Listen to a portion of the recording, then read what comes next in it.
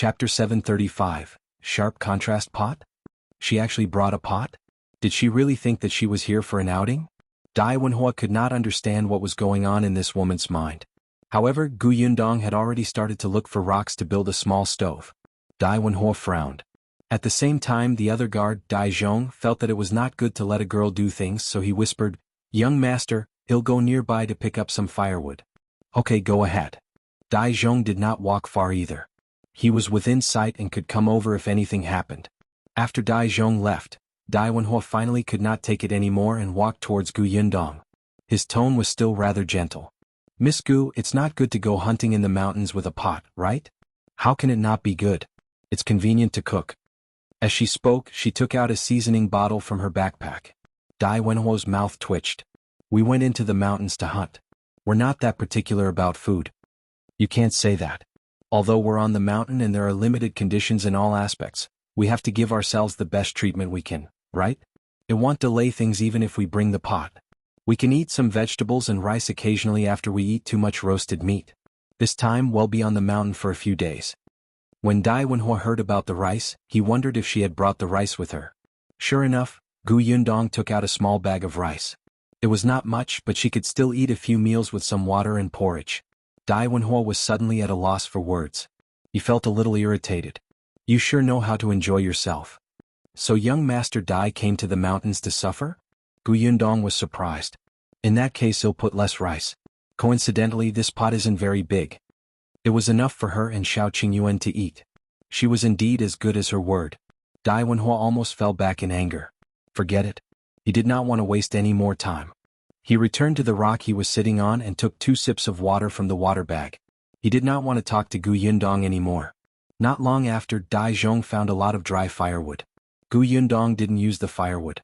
She found a few large pieces of dry wood, lit a fire at the bottom and covered it with a lid. She let the small milk pot boil. Then she found 2 wild vegetables beside her. After washing them, she placed them on the oilcloth and cut them into pieces. When Shao Qingyuan and Dai returned with 2 pheasants each, Yundong had already prepared everything. There was even a fragrance coming out of the milk pot. Shao Qingyuan was a little surprised. "You're cooking porridge?" He hadn't looked carefully before and didn't notice that she had brought rice.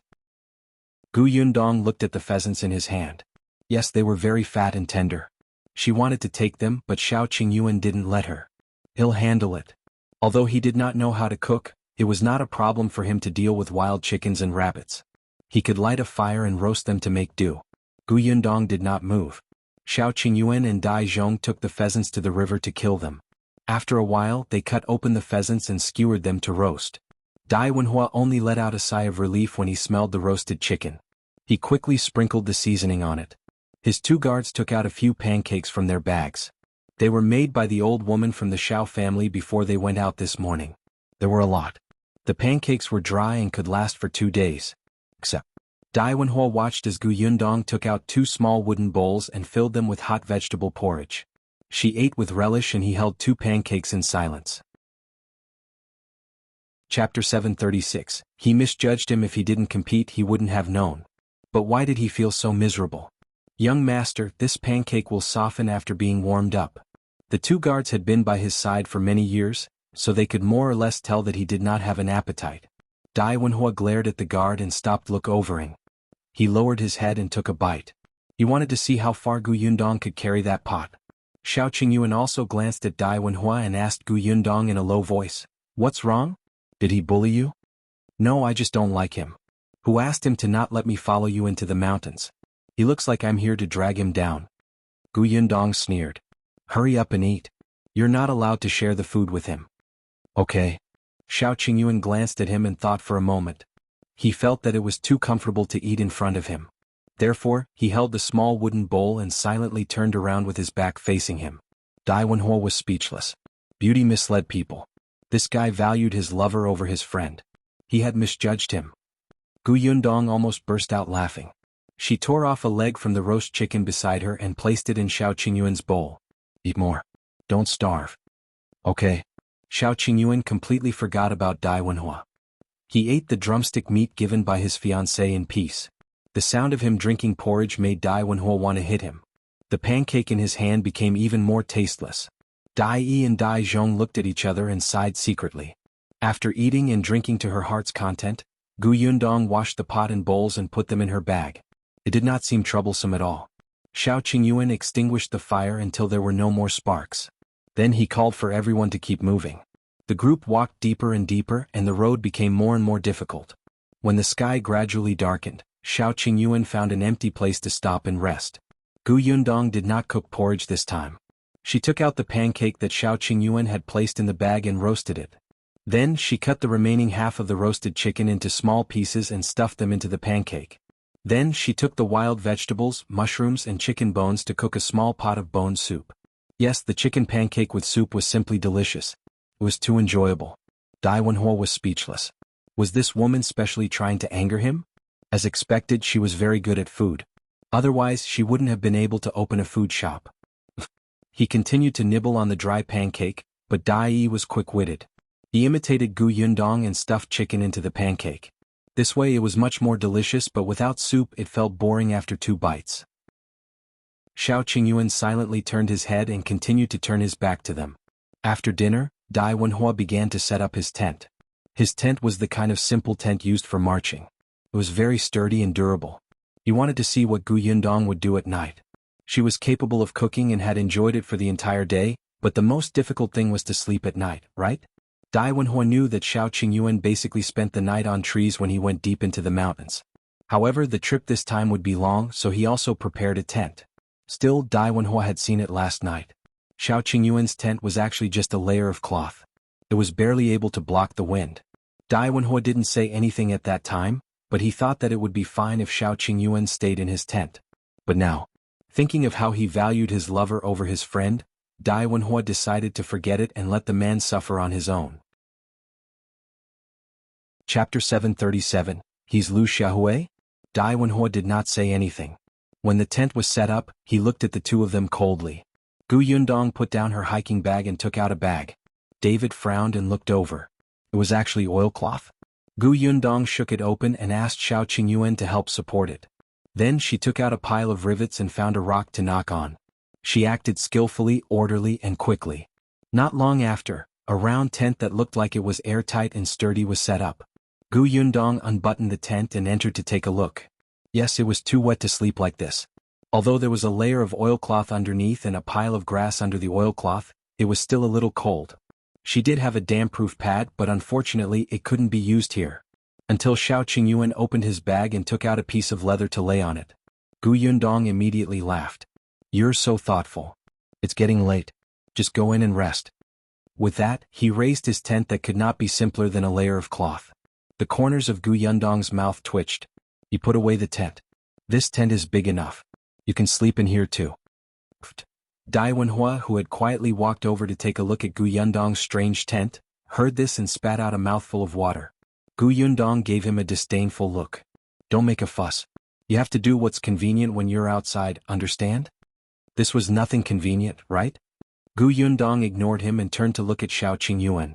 However, she saw that he was stunned and did not move. She could tell that he was nervous when she saw him swallowing uncomfortably. Qingyuan thought about it very much. He felt that he should stay in the same tent as Yundong.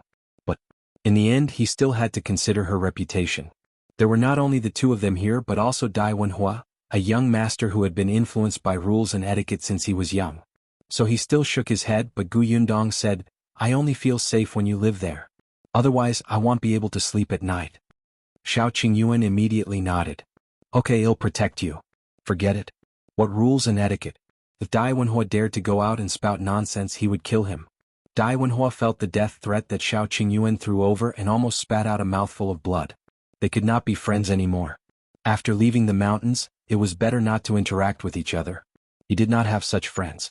Qingyuan put away his pile of rags and went straight into Yundong's tent. However, the moment he entered, there were only the two of them left in the small space. His nose was filled with her scent, and Qingyuan's body stiffened uncontrollably. Yundong became nervous when she saw him buttoning up the tent. Damn it, she had overestimated herself. Now, the blood in her body began to gurgle and surge. Her hands and feet were stiff. It was Qingyuan. He secretly heaved a sigh of relief and said, It's getting late. You should sleep. Okay. Gu Yundong slowly lay down. With his back facing Shao Qingyuan, his breathing became lighter. It was terrifyingly quiet in the tent. Dai Wenhuo leaned over, but she did not hear a single sound.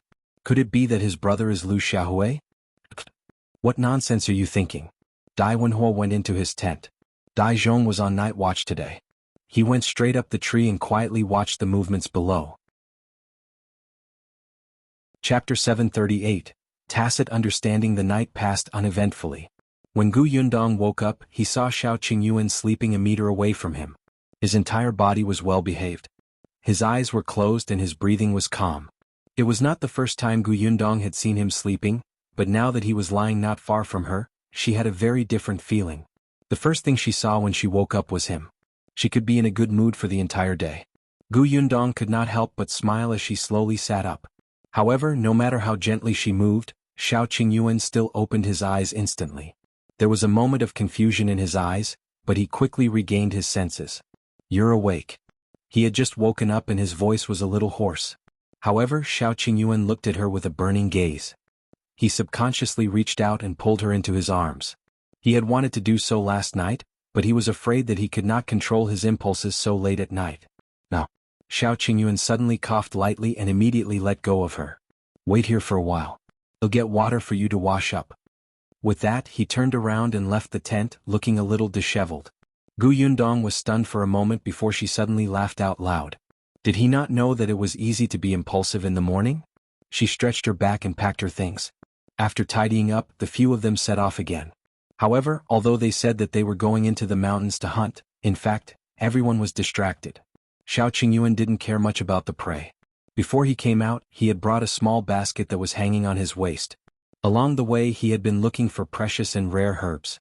Dai Wenhuo said that he was here to kill big guys, so he pretended not to see any roe deer, wild boar, deer, or sheep on the way. At most, Dajiang and Dai Yi would hunt wild chickens and hares to fill their stomachs. But Gu Yundong still noticed that Dai Wenhuo seemed to be looking for something. What was he looking for? Gu Yundong did not ask and pretended not to know. On the third day the group stood at a fork in the road. When Shao Qingyuan asked which way they were going, Dai Wenhuo asked him, "Have you explored both roads?" Shao Qingyuan shook his head. "I've been to the left but I've never explored the right." Dai Wenhuo said, "Then take the right." He smiled. There might be something good. Shao Qingyuan had no objections. He had been to the left side before and there were not many medicinal herbs. This time he could check the right. Perhaps he could find Bai Musi? The group walked to the right for another day. Perhaps because it had been a long time, Dai Wenhuo became a little anxious. However, Gu Yundong felt that he might have eaten too much meat and was getting fired up. Forget it. For the sake of his mother, Gu Yundong still gave him a portion of porridge when she cooked again. Otherwise, what if he went back another day to complain? She would be so embarrassed about Madame Dai. However, at night she told Shao Qingyuan about Dai Wenhuo. "He must have something to do in the mountains and asked you to lead the way." "Yes, I know." Shao Qingyuan nodded. "But since he didn't say, there's no need for us to ask. We're just leading the way. Everyone has a tacit understanding." He had already seen it. Someone who really wanted to go hunting in the mountains should not have such a reaction. After a pause, Shao Qingyuan continued, "Do you still remember that Qin Wenjing was looking for me?" Gu Yundong was stunned. Why was it related to Qin Wenjing again? She frowned and thought for a moment. A moment later she suddenly remembered. "You mean the last time he asked you to talk alone?" Chapter 739, Pretend Not to Know. Shao Qingyuan nodded. "Qin Wenjing asked me about some things in the mountains. This time Dai Wenhuo asked me to bring him into the mountains. Perhaps there's something in the mountains we don't know." Gu Yundong gritted his teeth. "Qin Wenjing is in cahoots with Dai Wenhuo. This goddamn guy promised not to drag us into his mess. As expected, he didn't do it. I guess there's no other way." Shao Qingyuan felt that no matter if it was Qin Wenjing or Dai Wenhuo, they were doing their best to not let them get involved in these matters. But there were some things that could not be avoided. Gu Yundong snorted and did not say anything. Qin Wenjing and Dai Wenhuo were both the emperor's men.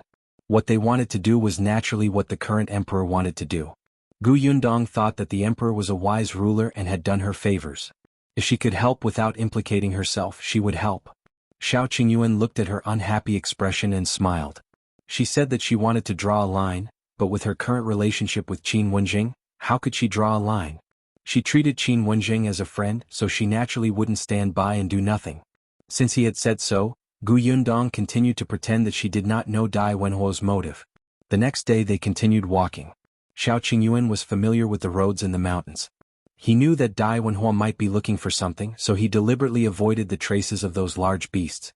On the 5th day after they entered the mountains, Shao Qingyuan discovered traces of a bear. He led his men in the opposite direction. However, since Dai Wenhuo was looking for something, he naturally paid special attention to all kinds of traces. He also saw the footprints of the bears, but at the same time he also saw traces similar to humans entering and leaving. Delight appeared on Dai Wenhuo's face, but he did not want to implicate Shao Qingyuan, especially with Gu Yundong around. Therefore he continued to walk forward and asked Dajiang to investigate. Dajiang used the excuse of hunting rabbits to run away. Gu Yundong and Shao Qingyuan did not expose him, but they slowed down. Before noon they stopped to eat. Gu Yundong no longer had any rice. She did not bring much. There was still some dried meat and some wild vegetable soup. Just as she was scooping a bowl of soup for each of them, a banging sound suddenly came from not far away. The few of them quickly stood up and picked up their weapons. Gu Yundong could only pour away the wild vegetable soup. He stuffed the hot pot into the oil bag and put it in his backpack. At the same time, she stored it in her spatial storage. Soon the sound got closer and closer. After a while, Dajiang ran over in a sorry state. As he ran, he turned around and said, "Run." "What happened?" "Pythons, 2 pythons are coming this way." The few of them quickly packed up and prepared to leave. However, the 2 pythons moved very quickly and arrived in front of him in a short while. Moreover, they looked very agile. They instantly wrapped around a big tree at the side and swooped towards them with their mouths wide open. Gu Yundong quickly jumped up and dodged to the side. The crossbow in her hand shot out with a whoosh. At the same time, Shao Qingyuan aimed his bow at the same python. Dai Wenhuo and the other 2 dealt with the other one, but he was very surprised. At this time, the pythons should be hibernating. Even if they weren't hibernating, they shouldn't be so agile. Chapter 740. Dai Wenhuo grabs Gu Yundong and runs away. Dajiang pointed at the stomach of one of the pythons.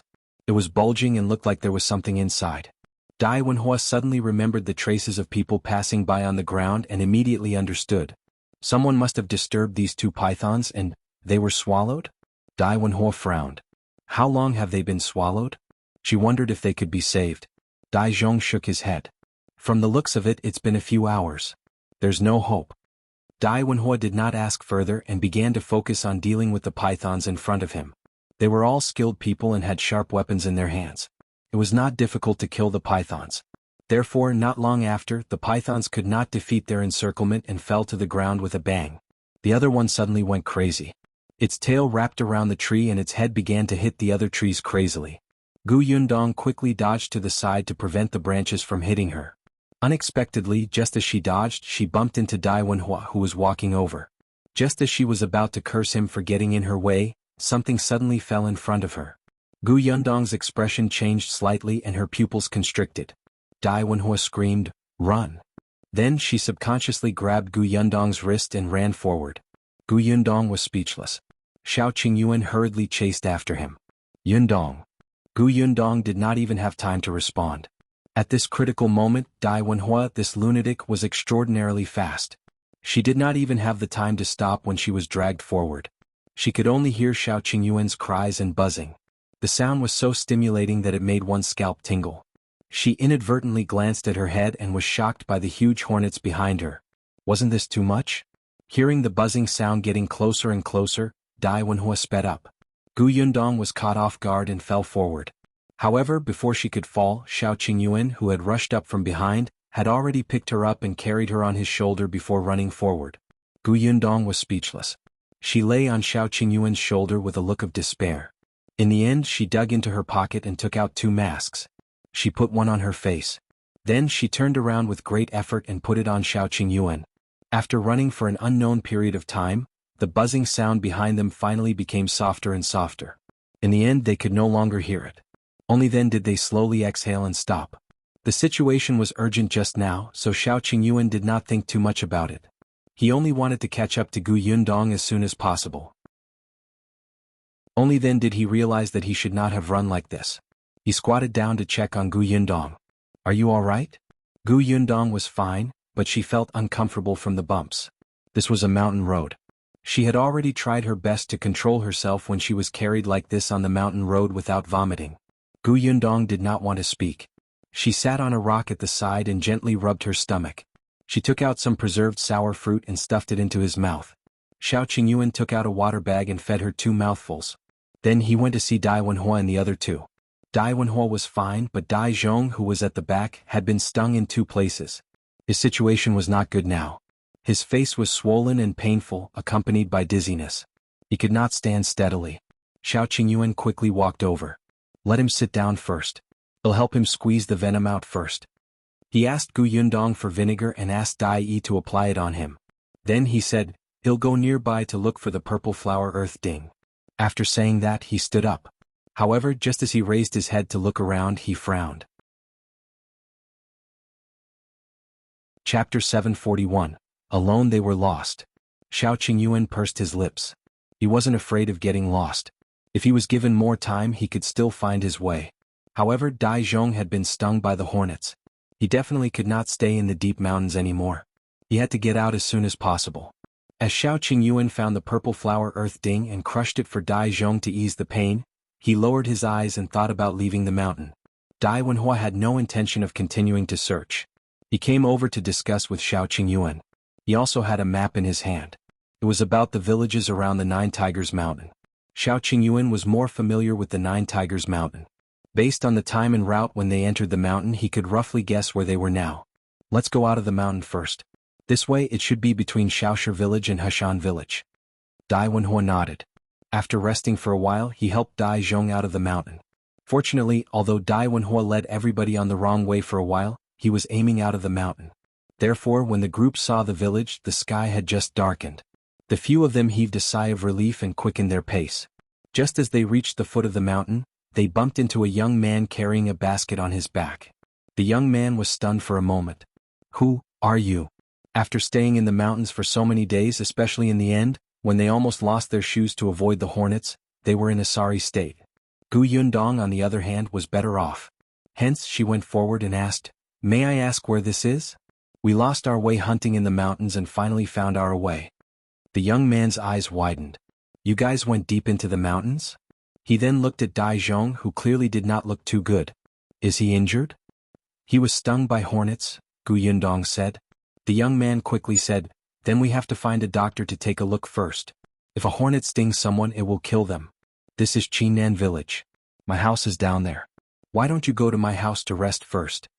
As he spoke, the youth tightened the basket on his back and hurriedly led the way. Qingyuan village? This didn't seem to be within the range of Shaoshi village to Heshan village. It seemed that they had deviated from the route, but fortunately they had a place to stay after leaving the mountains. The few of them followed the youth down the mountain. Gu Yundong chatted with him as they walked.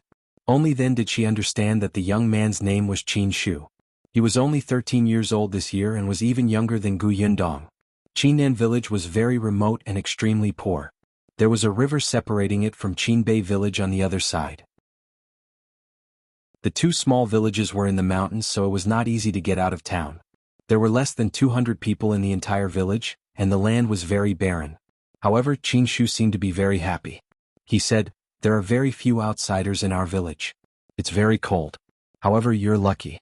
There's a doctor in our Qingyuan village. Although he can't treat serious diseases, he can deal with hornet stings. I'll look for him later. You guys rest first. As they spoke, Qin Shu had already led them to a small courtyard. Qin Shu opened the courtyard door and put down the basket on his back. He called them in to sit. He'll get you some water. Gu Yundong sized up the courtyard in front of her. It was very small and dilapidated. There did not seem to be anyone in the house except for Qin Shu. There were only 2 rooms and only one set of things. Gu Yundong and Shao Qingyuan looked at each other and quickly understood that this youth was alone. Chapter 742. Qin Shu poured some water and told them to sit for a while he went out to look for the doctor. Dai Yi followed him. Not long after, a doctor limped over. Actually, Dajiang was much better. Shao Qingyuan had treated him in time and used the right medicine. He was no longer dizzy, but his skin was still swollen and uncomfortable. The doctor checked and only said that it was nothing serious. He told him to rest well, then took 2 copper coins and left. Shu was very happy. He let them sit down first and went to the kitchen to make dinner. Dai then explained what he had seen on the way to invite the doctor. It was indeed as Shu had said. This place was surrounded by mountains on all sides, and there was only one road out of the village. It was bumpy and difficult to walk. There was still a long way to go on the main road outside. No wonder there were no outsiders. This place belongs to Jianghu County. It takes nearly 6 hours to get to the nearest Anbei town, and it's even further to the county city. Moreover, this village doesn't have a carriage. We can't buy one even if we want to. When Shu came over, he happened to hear this. He said, "Our village doesn't have a carriage, but the village chief has an ox cart. After dinner, he'll help you borrow it." Okay. Shu was still very happy to be able to help them. He was also talkative. When they were eating, he asked them curiously where they came from, what the prefectural city outside was like, if they had been to the capital or seen any big shots. He had many questions, and the yearning he revealed made Gu Yundong think of Yunshu. When she was still in Gu village, Yunshu's eyes were filled with desire and curiosity for the outside world. Therefore she would answer Shu whenever she could. Shu was indeed satisfied. After dinner, he brought the few of them to the village chief's house. Gu Yundong already knew that Shu had lost his parents when he was young.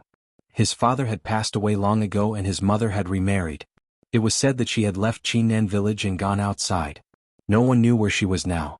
Perhaps, this was also one of the reasons why Shu was curious about the outside world. Shu grew up eating from hundreds of families. As he was also a member of the Qin family, the village chief took good care of him. The village chief already knew that Shu had brought a few lost strangers from the depths of the mountains. The village was only so big so everyone knew about the slightest accident. Compared to Shu's pure enthusiasm, the village chief was clearly much more cautious. He sized up the 3 people standing in front of him. Although they were all wearing rough clothes, it was not difficult to tell that these 3 people were people who lived extremely well. Wenhuo, in particular, was much more distinguished than the young masters of the rich families he had seen in the county city.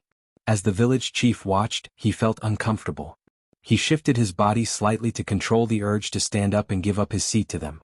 He coughed lightly and asked, "You want to borrow the ox cart to go to the county city?" "Yes."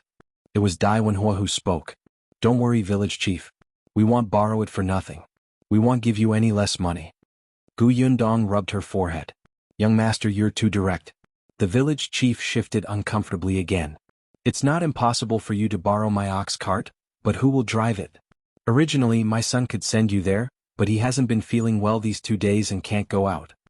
Shu immediately said, "I can send them there." The village chief glanced at him and said in frustration, "You? Are you sure?" Chapter 743. She likes this place. Shu met the village chief's gaze and suddenly realized something. He immediately lowered his head silently and did not speak. Indeed, the next moment, the village chief said speechlessly, "You haven't even been to the county city. How can you send them there? You may be unable to find your way back by then." Shu scratched his head, feeling a little troubled. After a while he turned around and asked Gu Yundong, "I've never been to the county city but I've been to town. Can I send you to town? There are carriages in town too. You can buy one." "Sure." Shu's eyes lit up and he suddenly turned to look at the village chief. "Village chief," she said, "that it's okay." The village chief was speechless for a long time. He sighed and said, "All right, you can send them off." Shu happily went to the backyard to fetch the ox cart, leaving Wenhuo to discuss the price of renting the ox cart with the village chief. In the end he gave them 1 tael of silver and the village chief sent them out. Actually, Gu Yundong had also thought about not borrowing an ox cart. It was just walking. It was not like she had never walked before. However, she did not know if Dajiang would be able to completely recover tomorrow. Moreover, Shao Qingyuan felt that if the conditions allowed it, he still wanted Gu Yundong to walk less. Fortunately, Dajiang was much better when the group set off early the next morning. Other than his slightly swollen face, there was nothing uncomfortable about him. He was not even willing to take the ox cart and insisted on walking by himself. It was Wenhuo who shouted at him. Gu Yundong was the last to leave the Qin family's courtyard. When no one was paying attention, she placed 2 bags of rice and flour into the rice jar in the kitchen. They were all taken out from her spatial storage. With the hiking bag as a cover, Shu would only think that she had taken it out of her bag. The Qin family's conditions were really not good. The 5 of them ate at his house twice and finished the last bit of flour. This child was too generous. Seeing that they were all grown men, he gave them a lot. As he only took out coarse grain buns, he felt very embarrassed. Fortunately, there were no outsiders in this village. Otherwise, this kid would probably be robbed. However, it could be seen that although there were not many people in Qingyuan village, their relationship was very harmonious. Otherwise, Qin Shu, who had no parents since he was young, would not have developed such a personality. He had probably received the care and help of the villagers since he was young and was filled with gratitude. Moreover, she heard a neighbor quietly come over and ask Qin Shu if there was enough food at home. After putting down the rice and flour, Yundong came out with the hiking bag. The ox cart was already set up, but there were too many people. It was impossible for everyone to sit on it. Yundong was a woman, so Shao Qingyuan was the first to help her up. In addition to Dajiang, there were only 2 people in the carriage. Even Qin Shu could not sit. The farmers cherished the ox very much. If it was not necessary, they could not bear for it to suffer. If it were not for the injured and the woman among them, Qin Shu would not have helped to borrow the ox cart from the village chief's house. The group walked towards the entrance of the village. On the way, many people from the village looked at them curiously. Yundong looked over. These people smiled and some children hid away shyly. Yundong suddenly liked this village very much. It was a very peaceful, simple and friendly village. Although it was remote, it actually felt like a paradise. It was only when they were outside the village that Yundong slowly retracted her gaze and looked at the narrow road that led to town. Although they had set off early in the morning, the journey was really long. It was not until noon that they finally arrived at Anbei town. If you find any errors, ads pop up, ads redirect, broken links, non-standard content, etc., please let us know reports so we can fix it as soon as possible. Chapter 744. A few people passed. Compared to Qingyuan village, Anbei town was much livelier. Qin Shu had been very excited since he entered the town. He had never been to the county city. Even the number of times he had come to Anbei town could be counted on 10 fingers. However, he restrained his excitement and introduced it to Yundong and the others. The second intersection over here is the largest restaurant in Anbei town. I heard that the food there is especially delicious, especially the braised fish. It's fragrant and tender. The fish were caught from our Tong Lake alive. There's an inn on the right. It's also the best in town. I heard that the best first-class rooms even have incense. There's also a school there. The teacher is a high scholar. He's very awesome. By the way, if you want to buy a carriage, it's over there. There's a carriage shop. They rent and sell carriages. The village chief told me that the shop's price is very fair. You won't be afraid of being scammed. As he spoke, Qin Shu drove the ox cart towards that carriage. However, he was stopped by Yundong. It's already noon. There's no hurry to go to the carriage shop. Let's go eat first. That works too. Yundong said, let's go to the restaurant you mentioned just now. Since we're here, let's try the delicious braised fish you mentioned. Qin Shu could not help but swallow his saliva. Without saying anything, he drove the ox cart towards the restaurant. They stopped 5 to 6 meters away from the restaurant. He said, go over. It's not good to park an ox cart in front of the restaurant. They'll wait for you here. They'll bring you to the carriage shop after you're done eating. You're not going? David was about to leave when he paused. Qin Shu smiled and nodded. I brought some dry food. David held his forehead and pulled him forward. Let's eat together. You've treated us to 2 meals. Can't we treat you to a meal? But Qin Shu was stunned for a moment and said worriedly, that restaurant is very expensive. You're not the only one eating. Qin Shu could not break free at all and could only let him lead her forward. The few of them were dressed in clothes that did not look good or rich. Fortunately, the waiter in the restaurant was not the kind of snobbish person. He was only slightly stunned for a moment before leading them inside. When they arrived in town, it would be Wenhuo home ground. He directly asked the waiter to find a private room on the 2nd floor for them. The first thing he ordered was the braised fish that Qin Shu had mentioned. However, after the food was served, everyone took a bite and felt that it was ordinary. Hence, almost everyone only touched their chopsticks once before stopping. At first, Qin Shu was too embarrassed to eat, but seeing that everyone was not eating anymore, he felt that he could not waste it. He gritted his teeth and moved his chopsticks. In the end, almost the entire fish went into his stomach. He felt that it was very delicious and thought that he could tell everyone when he got back. This restaurant's braised fish was indeed worthy of its reputation. After eating and drinking their fill, everyone heaved a sigh of relief. Although the food in this restaurant was not good, It was still much hotter and more delicious than the food in the mountains. Qin was very embarrassed. He seemed to have eaten quite a lot too. At this moment he did not rest anymore. He stood up and said, "Independent Illinois, go pull the ox out first." After the few of them entered the restaurant, the waiter brought the ox to the backyard to eat grass. He hurriedly stood up and opened the door of the private room. A few people happened to pass by outside and were shocked by his sudden action.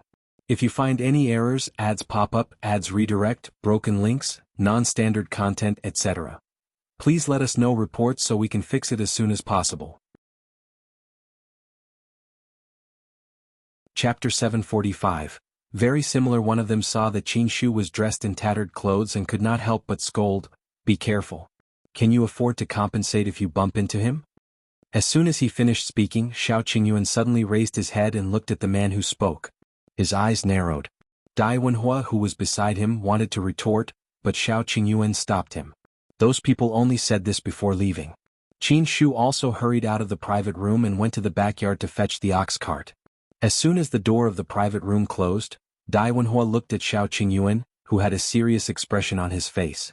"Why are you stopping me?" Yundong said at the same time, "Do you know the man who spoke?" Qingyuan was actually a little uncertain. His voice sounds familiar and his eyes are very similar.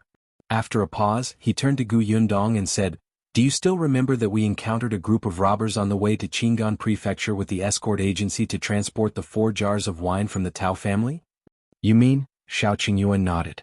"Back then the leader of the robbers said a few words. I heard it and it was the same voice as that person just now. Although their faces were covered back then, their eyes were exposed. The man's eyes were also very similar to that person's just now. When they encountered the robbers back then, although they were all safe and sound in the end, those people really wanted their lives. If Yundong had not put the 4 jars of wine into the space on the spot, the robbers would have thought that they had robbed an empty carriage and turned around to leave. Perhaps they would have been injured or killed. Later on, this matter was reported to the government office. The government office also sent people to investigate, but unfortunately they found nothing. After Qingyuan and the others returned to Feng County, they had also told Tao Feng, the eldest son of the Tao family. Unfortunately, Tao Feng didn't have any clues, so they still didn't know where these robbers had come from or where they had escaped to. However, he did not expect to see someone suspected of being a robber in this small Anbei town. "Shall we go and take a look?" Qingyuan nodded and followed Yundong out. However, he was stopped by Wenhuo. "Since he's seen you before, you'll be easily discovered if you go," he called Dai. "Follow them and take a look. Be careful not to be discovered." "Yes." Dai quickly left the private room and Qingyuan sat back down. Dai had experience in this aspect, so it was indeed more suitable for him to go. After a quarter of an hour, Dai returned. His expression was a little serious, but he shook his head at them and said, "There's nothing unusual. They should just be here to eat." Yundong and Qingyuan looked at each other and did not ask further. They stood up and said, "Let's go down first. Qin must be anxious." The few of them went downstairs. As expected, Qin was already waiting outside the restaurant. He was lowering his head and chatting with the cow, looking very happy. Yundong and Qingyuan walked in front, while Wenhuo was a few steps behind. Then Dai whispered into his ear. Wenhuo's expression suddenly changed. "Are you serious?" "Yeah, he might be related to the guy we're looking for." Wenhuo sneered. "In that case, this trip was not completely fruitless. Young master, should we?" Wenhuo raised his hand. "Keep an eye on them for now. Check their footholds. If they're really related, it's best to follow the trail to where they hid the thing deep in the mountains." "Yes." Dai took a few steps back and turned to leave. Only then did Wenhuo quickly walk forward and catch up to Qingyuan and the others. Chapter 746. What you should have. Qin quickly realized that someone was missing. Wenhuo only explained, "I asked him to buy some things." Qin nodded and believed it, but Yundong and Qingyuan did not. Dai's expression was not right when he returned just now. He must have kept something to himself. However, they also knew that Wenhuo and Qin Wenjing had tried their best not to involve them. The less they knew, the better. Everyone tacitly ignored the abnormality and went to the carriage shop to buy a carriage.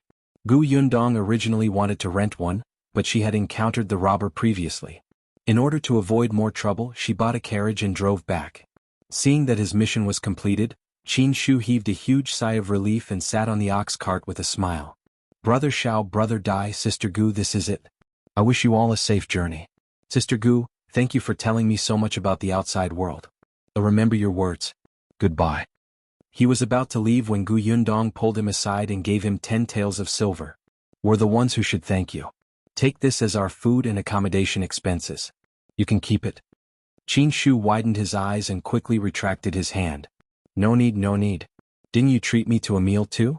I'm already very satisfied after coming to such a good restaurant and eating braised fish. I can't accept this. Take it. Gu Yundong insisted. This is what you deserve. If you really don't want it, then buy something for the people in your village. Didn't you say that they helped you a lot? You can help them now. But this wasn't his money.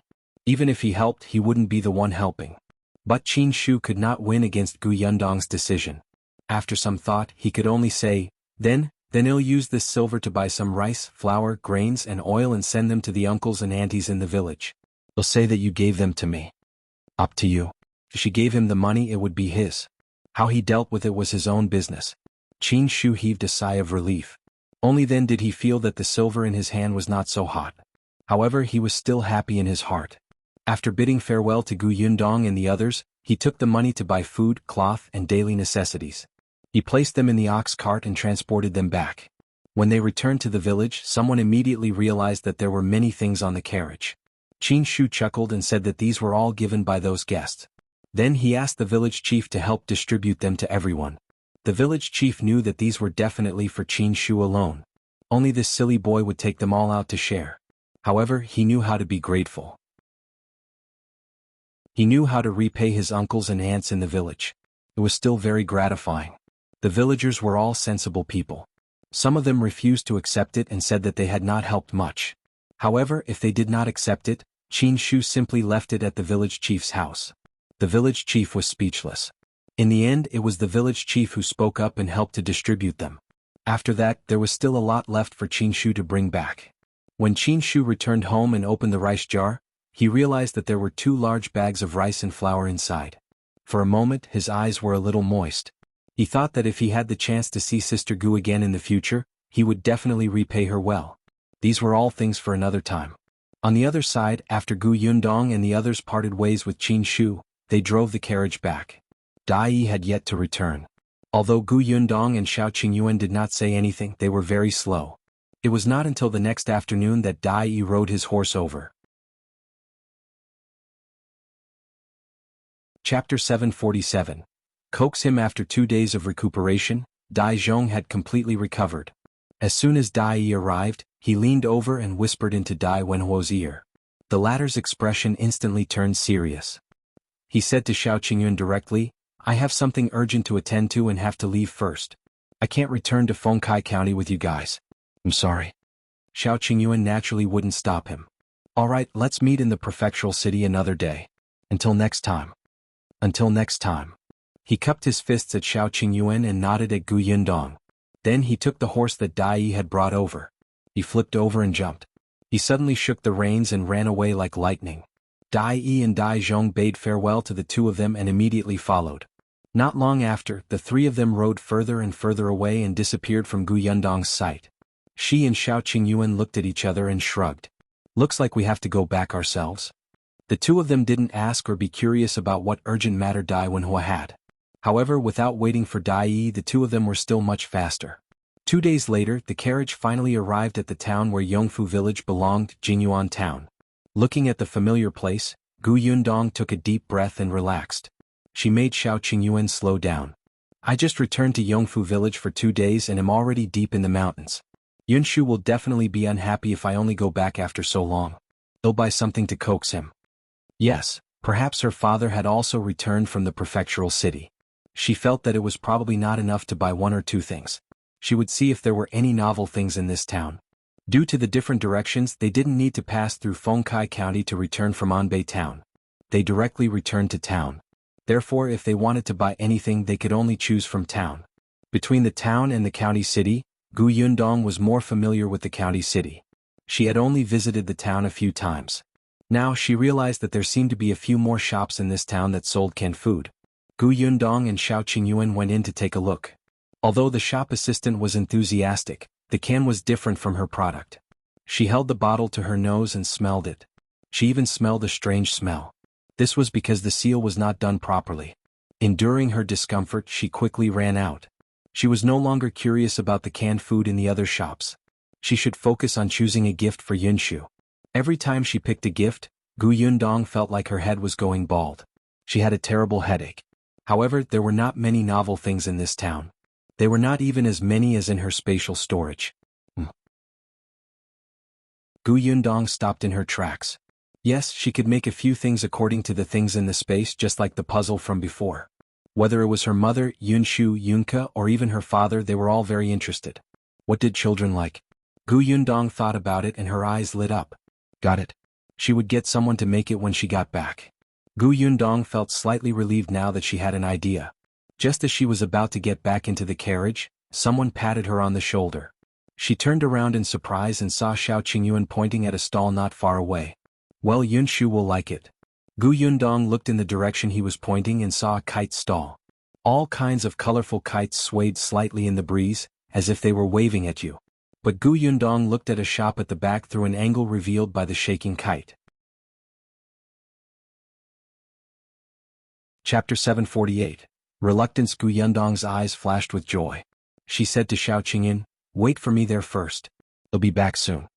Shao Qingyuan wanted to say that he could accompany her to buy it, but Yundong had already run out.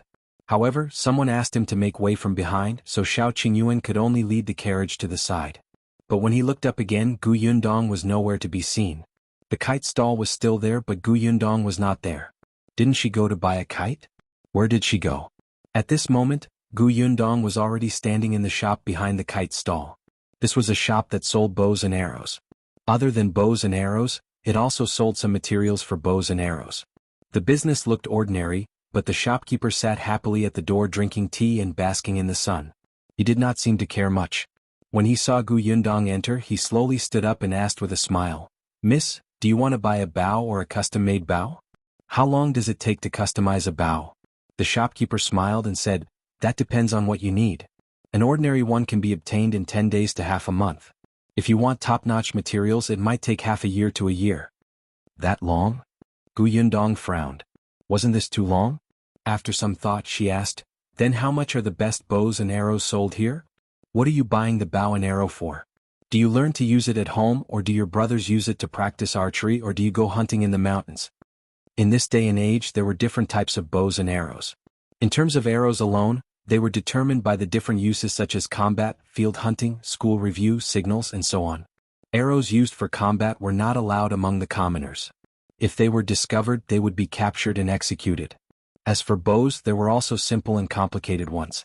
The price was differentiated by the size and material of the bow. If a girl like Yundong needed it, the bow would most likely have some accessories to make it look good.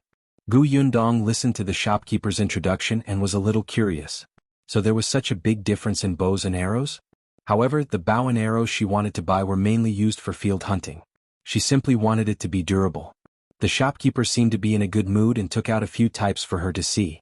Yundong took them one by one and tried them out. How should I put it? They don't seem to have much feelings. Although she did not use a bow and arrow, she had a crossbow. Once she picked up this crossbow, the blood in her body would faintly become excited. But the bow in front of her did not make her feel so. The shopkeeper saw her serious expression and laughed. "Miss, are you not satisfied with these few?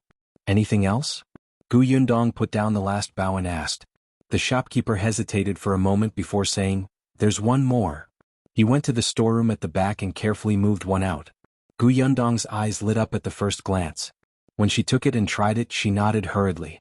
"I want this." The shopkeeper clicked his tongue. "I can't even bear to sell this bow. You sure know how to choose. Then are you selling it? If you can't bear to part with it, why are you still taking it out? Or are you lying to?" The shopkeeper snorted. "He'll sell it for 12 taels of silver." Yundong gave him a banknote without hesitation. The shopkeeper immediately beamed with joy. "All right, go ahead and pick the arrows. 80 copper coins for an arrow. At least 20 arrows. Since you didn't bargain, I'll give you 5 for free." Chapter 749. Is that Niu Dan? Gu Yundong could not help but feel emotional. No wonder people said that the poor studied books while the rich practiced martial arts. It was not easy for people without any capital to learn martial arts. She bought 100 arrows in one go. It was a little heavy, so she asked the shopkeeper to help move them into the carriage. Unexpectedly, just as she turned to leave, she saw Shao Qingyuan standing at the door in a daze. Her eyes lit up and she ran to him with her bow. "Why are you here? Why, did you buy the bow and arrows?" Shao Qingyuan's voice was low as he asked uncertainly. Gu Yundong's eyes curved into crescents. "Of course they're for you." She handed the bow in her hand to him and went back to get the quiver. The shopkeeper at the side shouted, "Hey miss, you already have someone to help carry it." "I'm old so I won't go." Gu Yundong glared at him. "Shopkeeper, I bought so many things but you didn't even carry them for me. This is not how this business works." Then she took her quiver and walked to the door to push Shao Qingyuan out. "Let's go, well just take this." The shopkeeper felt that this person was too shameless. She bullied the old man and he regretted giving her those 5 arrows for free. But he had no choice. He could only follow with the remaining arrows. After the 3 of them carried the bow and arrows into the carriage, Gu Yundong thanked the shopkeeper. The shopkeeper snorted and turned to leave. Gu Yundong shook her head. "I'm the only one who doesn't mind. Otherwise, with this attitude, it would be strange if the shop could continue operating. Isn't that right, Brother Shao?" As she spoke, she turned around and saw Shao Qingyuan's lips curl up as if he was very happy. "What's wrong with you?" Gu Yundong waved her hand in front of him, but Shao Qingyuan grabbed her wrist. Gu Yundong was stunned. She quickly looked around and pulled her hand out. "We're on the streets." This person was getting bolder. Shao Qingyuan said, "I have a bow and arrows. Why are you giving these to me?" "Your bow and arrows have been used for a long time. Last time I said that I would give you my crossbow but you refused. The bow and arrows are the treasure of that shop. I tested the feel of it. It's not bad. How did you feel when you held it just now?" "Very good." Every gift from her was great. Gu Yundong was relieved. Seeing that his gaze was becoming more and more passionate, he hurriedly coughed and said, "I haven't bought my kite yet. I'll go buy a kite." Before she could finish speaking, she quickly fled. Shao Qingyuan looked at her back view, his heart warm. He looked at the bow and clenched it tightly. When Gu Yundong returned, she was holding 4 kites. There were 4 kites and 4 patterns, but the colors were a little monotonous. Gu Yundong wondered if she should go back and paint them by herself. At this moment, her expression was much better. She carried the kites and got into the carriage. "Let's go back." The corners of Shao Qingyuan's mouth curled up slightly. He didn't look at her anymore. The carriage drove towards the entrance of the town again. Gu Yundong heaved a sigh of relief. When the kites were put down, she lifted the curtain and looked outside. Although the town was not comparable to the county, it was still very lively. But very quickly, this liveliness was heard by Gu Yundong along with this discordant voice. She turned her head slightly and frowned. She quickly said to Shao Qingyuan, "Brother Shao, stop the carriage first." As soon as the carriage stopped, Gu Yundong quickly lifted the curtain and pointed at a figure not far away. "Is that Niu Dan?" Chapter 750, "I'll uphold justice for you, let's go take a look." Shao Qingyuan jumped down from the shaft and so did Gu Yundong. The 2 of them took a few steps forward and arrived at the entrance of a school. Wasn't this school the Wenhuo hall where she had sent Yunshu over but was not satisfied with that pedantic teacher? Niu Dan was indeed studying here. However, the current Niu Dan was standing outside the school, shouting that he had been wronged. His book basket had fallen to the ground and he did not have time to pick it up. His face was filled with stubbornness but his eyes were red. He seemed to want to enter the school again to look for the master, but he was stopped by the gatekeeper. There were still a few students standing behind the door, pointing and laughing at him. Gu Yundong's expression darkened. She immediately pushed aside a bystander and called out, "Niu Dan." Niu Dan turned his head. When he saw that it was Gu Yundong, the emotions that he had been suppressing instantly collapsed. As if he finally had someone to rely on, he burst into tears. Large drops of tears fell. "Sister Yundong."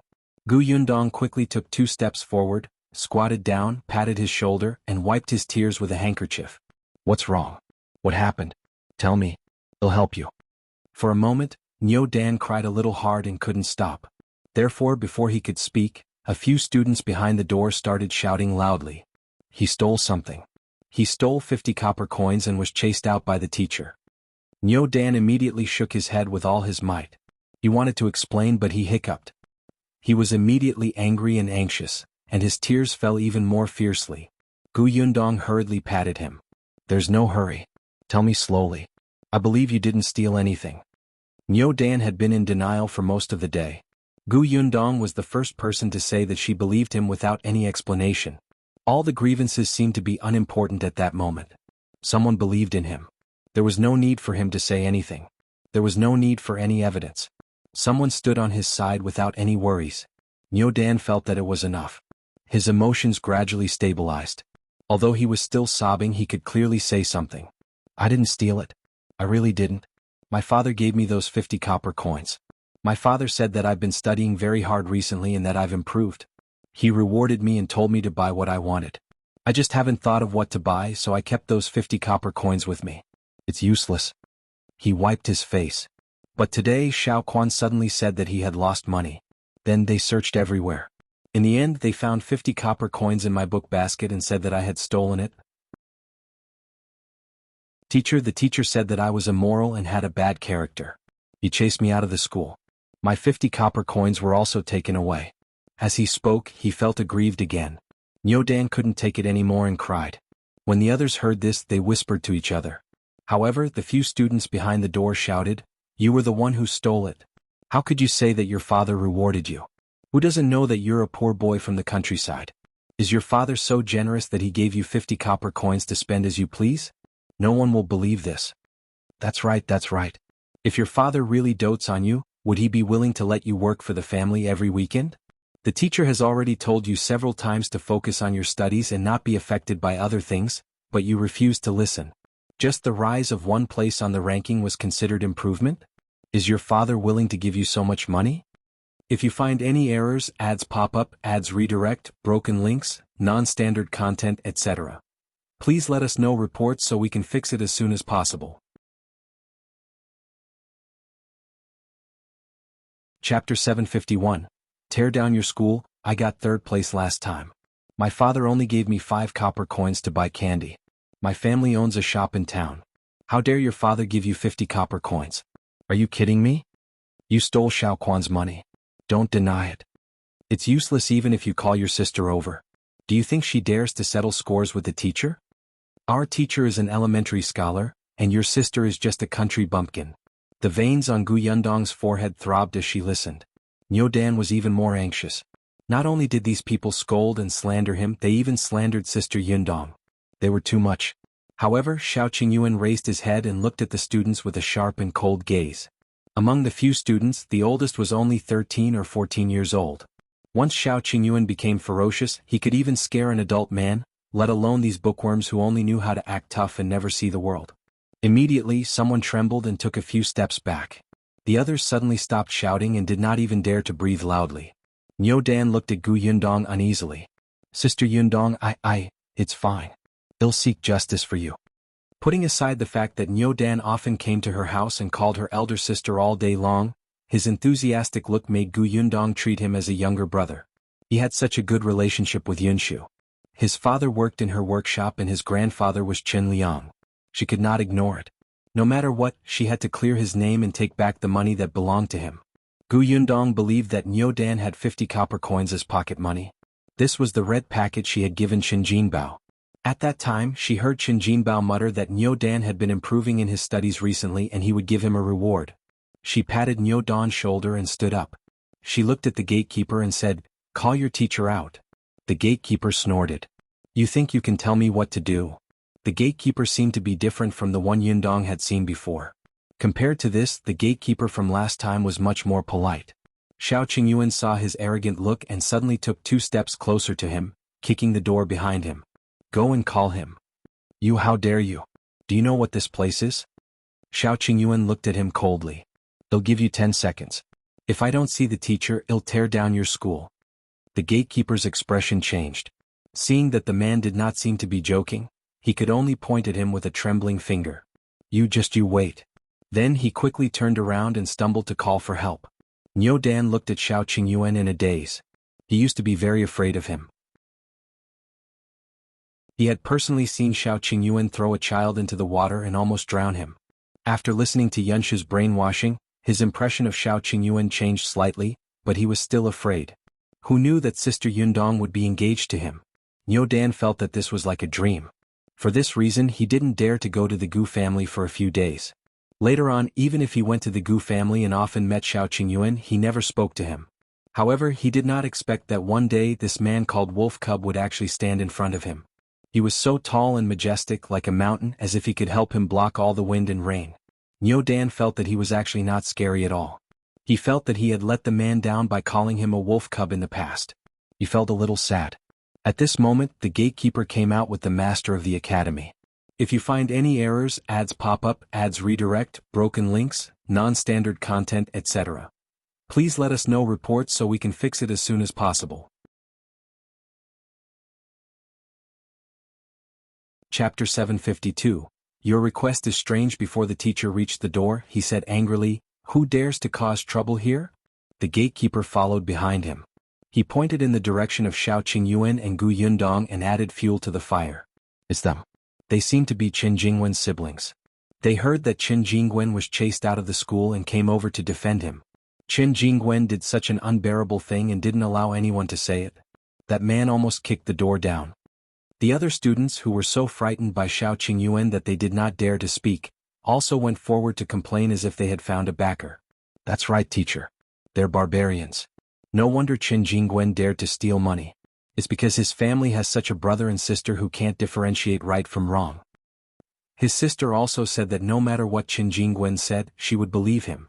The master's expression was ugly. He stood at the door in a few steps. He glanced at Shao Qingyuan, then his cold gaze landed on Niu Dan. He was a teacher after all. Niu Dan was a little afraid of him and subconsciously took a small step back. Gu Yundong sneered and took 2 steps forward. She looked at the teacher and said, "The teacher is here." That's good. I want to ask, do you have any evidence that our Qin Jingwen stole someone else's money? The teacher frowned. He did not talk to women. Hence he looked at Shao Qingyuan. Are you Qin Jingwen's brother? Shao Qingyuan couldn't even be bothered to look at him. The teacher immediately said angrily, "I'm talking to you. Don't you even know the most basic etiquette?" Shao Qingyuan finally gave him a look and said, "She's talking to you. Are you deaf?" "You." The teacher was so angry that his chest heaved.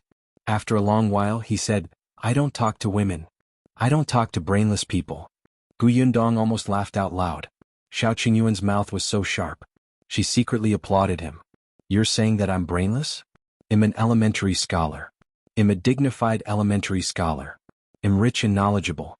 To be able to teach here, compared to a country bumpkin like you, our difference is simply heaven and earth. You actually say that I'm brainless." Gu Yundong finally could not help but laugh. This is the first time I've heard someone praise themselves so exaggeratedly in front of so many people without batting an eyelid. How shameless. What did you say? This time he was willing to talk to the woman. Gu Yundong smiled. As expected, you're deaf. I say you're shameless. Say that again. Gu Yundong was surprised. This is the first time I've heard such a strange request. Since you're so sincere, I'll reluctantly repeat again. I say you're shameless. The teacher was so angry that he almost fainted. If not for the gatekeeper supporting him from behind, he would have fallen to the ground and made a fool of himself. However, he was still so angry that he could not say a word.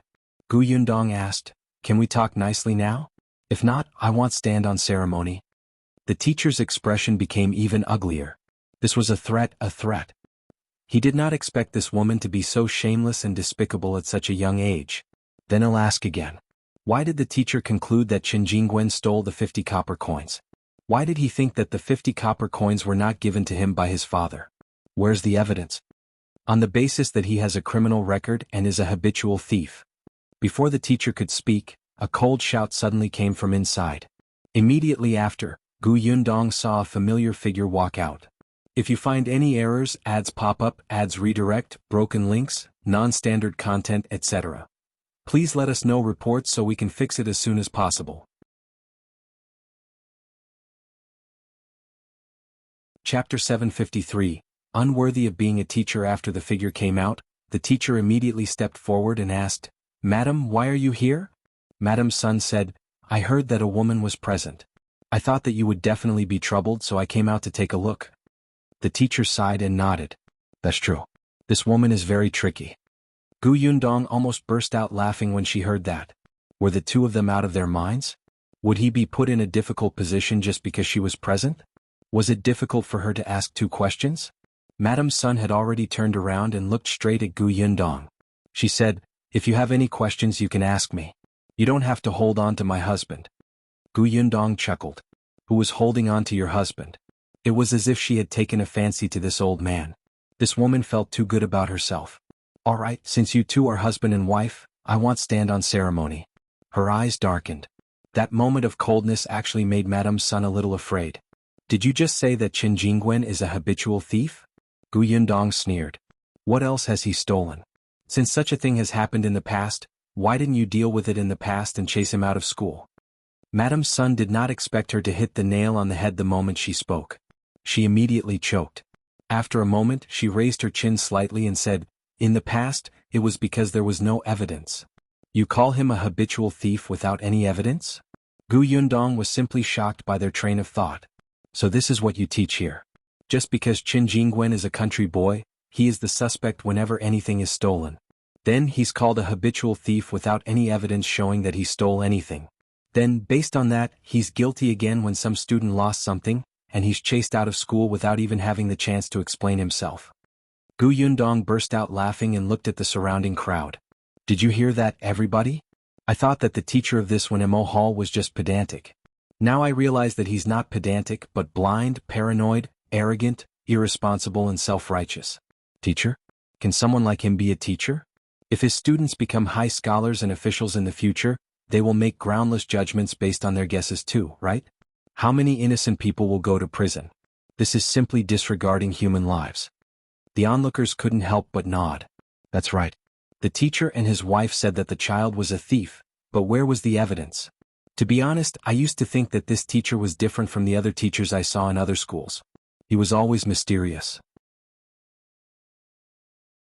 When a woman brought a child to his door, he looked like he had seen a rat or a cockroach. It was as if everyone would like him. I think so too. I don't think the teachers of the other schools are as hard to satisfy as him. This girl is right.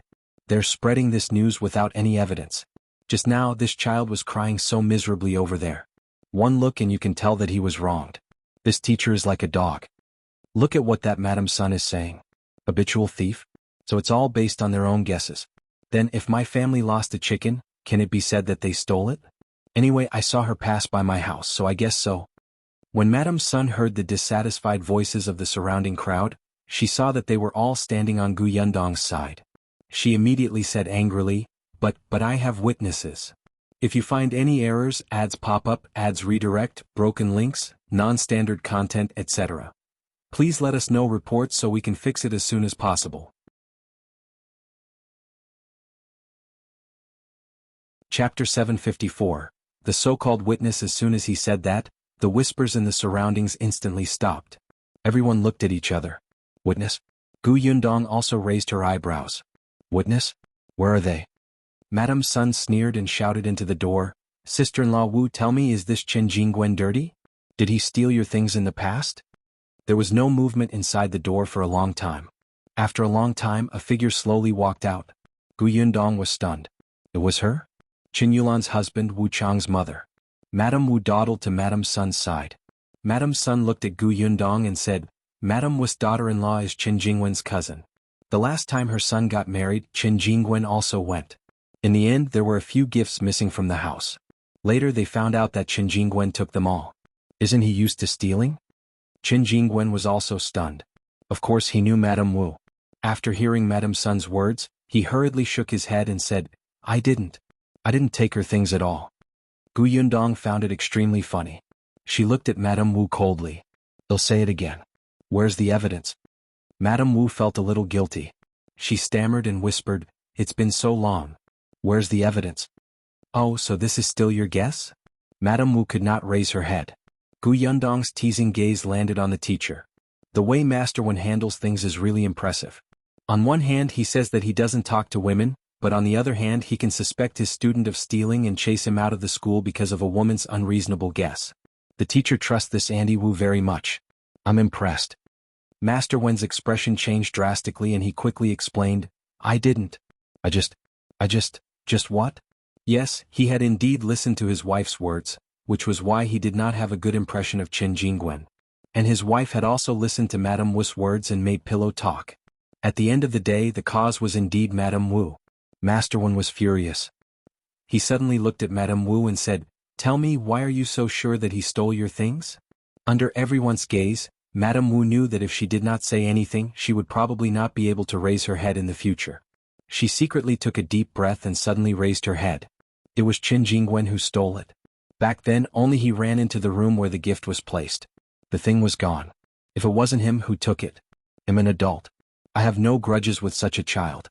There's no reason to wrong him, right? No reason? Yundong sneered. How can there be no reason? Is it not a reason that the Wu family and the Qin family to fall out? Is it not a reason that your son wants to take in a concubine and the Qin family doesn't allow it and comes to your house to settle scores? Your Wu family is in the wrong first. You don't dare to look for the adults, so you schemed against the child. How impressive. After Yundong was done, she looked at Madame's son. So she is your witness, right? This is truly an eye-opener. She made up stuff in front of you because of personal grudges, and you lambasted an innocent child based on that. In the end, your husband blamed everything on him and chased him out of school. Elementary scholar? Teacher? You're simply ruining the kids. Pooey, disgusting. If you find any errors, ads pop up, ads redirect, broken links, non-standard content, etc. Please let us know reports so we can fix it as soon as possible.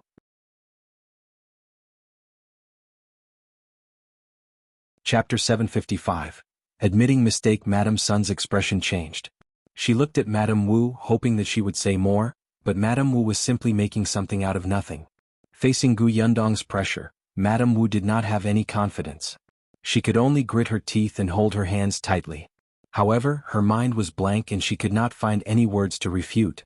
Master Wen almost fainted. He felt more and more people around him, and the way they looked at him was getting worse. Even the students who had run out to watch the show began to whisper. Yundong looked at Master Wen. Say something. Where's the evidence? Did a dog eat your conscience when you were hurting a child like this? You don't pester me here. Because you can't reason with me, you say that I'm pestering you endlessly. Let everyone be the judge. Who's in the wrong in this matter? Who's pestering someone else endlessly and refusing to admit their mistake? Who's disregarding human lives and ruining a child's future? After Yundong finished speaking, someone beside him immediately shouted, I say, Master Wen, you said that the child was a thief. Show me the evidence. That's right. What right do you have to say that the child's father can't give him 50 copper coins as a reward? I even gave my child a tael of silver as New Year's money. I think he just thinks that the child is easy to bully because he came from the countryside and doesn't have a backer. He might as well find a scapegoat. You think you can be a teacher and educate others? Fortunately, my child hasn't come here to study. These few days, I'm thinking of sending my child over to be enlightened. Forget it, he'll go back and find another school. Fortunately, you didn't send your child over. Otherwise, if something was missing from the school, they might even chase your child out. There were more and more voices and they were getting louder. At this moment, Master Wen wished he could find a hole to hide in. Madame's son glared at Madame Wu fiercely, angry that she was actually using her. In the end, he had no choice. Seeing that the accusations around him were getting louder and louder, Master Wen was afraid that the entire town would be attracted over. He could only take a deep breath and say, This is indeed my mistake. I misjudged Qingyuan. After saying that, he looked at Qingyuan and said, The decision to expel you from the school is cancelled. You're still a student of Wenhuo Hall. Come back to class with me. Yundong wanted to spit in his face. You want to let it go so easily after wronging someone? No way. She looked down at Niu Dan beside her. Are you going back to school? Yundong did not want him to continue, but Niu Dan was not her biological younger brother after all. She could not decide for him on this matter. Unexpectedly, Niu Dan shook his head vigorously. I'm not going. I'm not going to this school to study anymore. Yundong rubbed his head and smiled. She looked up. Did you hear that? When Master Wen heard this, he nodded regretfully. Since you've decided, I won't force you. I was your teacher, and I hope that your future will be bright. With that, he turned around and walked in impatiently.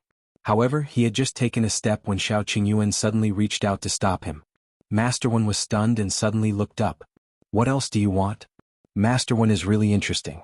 Since you admit that you wronged Qingyuan and cleared him of the crime of stealing something, shouldn't you return the 50 copper coins? Master Wen's body stiffened. He turned around abruptly.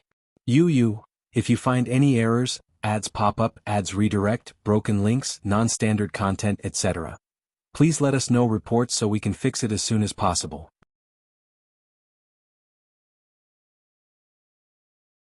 Chapter 756. Return the money? Could it be that what Master Wen said just now was all fake? Your apology was not from the bottom of your heart. It was just a show for others? Master Wen denied it on the spot. Of course not. It's just that Qingyuan said that the 50 copper coins was his, and Liu Xiahui also said that it was his. Both of them. In that case, call Liu Xiahui out. Let's face each other on the spot. How about that? The onlookers expressed that they had not finished watching the commotion and listening to the gossip. Master Wen had to continue making a fool of himself, so they agreed. That's right. Let's confront each other on the spot so that we don't malign the child. Call Liu Xiahui out. Master Wen had no choice. Although he was unhappy, his reputation was more important. Therefore he asked the students in the school to find Liu Xiahui. Liu Xiahui was about 10 years old and looked older than Niu Dan. He was still a little nervous when he came over. He did not know where to put his hands and feet. Yundong narrowed her eyes and sized him up for a while. When he walked out of the door, she asked, "You said that the 50 copper coins is yours, right?" Liu Xiahui quickly nodded. "It's mine." "In that case, is there any mark on the 50 copper coins?" "Mark?" Liu Xiahui looked surprised and reached into his pocket. He really could not understand what mark there was on the money. He was still young and it was his first time doing such a thing. He could not take it anymore in the face of a wily old fox like Yundong. He lowered his head and did not dare to look up. Yundong continued, "You might not know, but Qingyuan's 50 copper coins were given to him by his father in front of me. Before giving it to him, his father happened to be writing and accidentally knocked over the ink, so the 50 copper coins were stained. I have ink on my 50 copper coins. They were stained when I was doing my writing this morning, so." He couldn't finish. In an instant he felt that his mouth was too fast and that something was wrong. Yundong smiled and asked Niu Dan, "Is there ink on your 50 copper coins?" Niu Dan shook his head. "No, there's no color on my copper coins. Oh, a few copper coins are stained with soil. I plan to wash them properly when I get back." Yundong smiled and looked at Master Wen and the crowd. Did everyone hear that? Now let's see what the 50 copper coins look like, shall we? Liu Xiahui was too young and flustered. The others were not stupid and could tell that something was wrong in an instant. Master Wen's face was even more ashen. He looked at Liu Xiahui and shouted coldly, "Aren't you going to take out the 50 copper coins?" Liu Xiahui was so frightened that he trembled and took out a string of copper coins. Master Wen looked carefully. There was no ink at all, and there was indeed soil on 2 copper coins. It was obvious who was telling the truth. His cold gaze landed on Liu Xiahui. "Tell me, is this 50 copper coins yours?" Master Wen was usually very dignified. With this solemnness, the kid was immediately frightened to tears. "It's not mine. I accidentally saw Qingyuan counting copper coins in the corner. In a moment of greed, I deliberately said that it was mine. Boo-hoo, I was wrong, Master. Don't chase me away." Master Wen's expression was very ugly. Madame's son, who was beside him, was speechless for a long time. Shao Qingyuan took the string of copper coins from Master Wen and handed it to Niu Dan. "If you find any errors, ads pop up, ads redirect, broken links, non-standard content, etc. Please let us know reports so we can fix it as soon as possible."